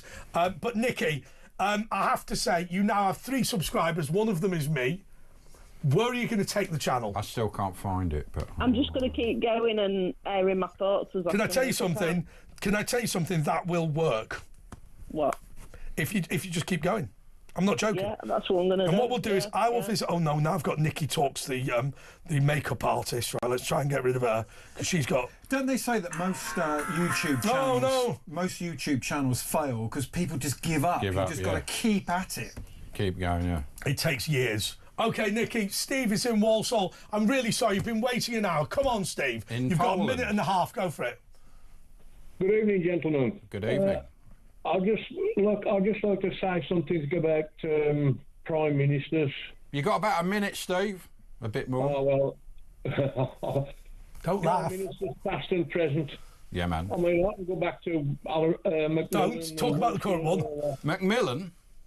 Yeah, I can go back to Macmillan when he turned around and said, "You've never had it." Come on, fast. Like Alex. Yeah. But the thing is, all of them. But an absolute disgrace from then till now, the way they've got this country in such a mess. Apart from Thatcher. Well, Thatcher, she stood up in the House of Commons on Prime Minister's question time once, and somebody mentioned manufacturing, and she turned around and says, we don't need manufacturing in this country as long as we've got banking. I've got to be honest with you, she got that wrong. There's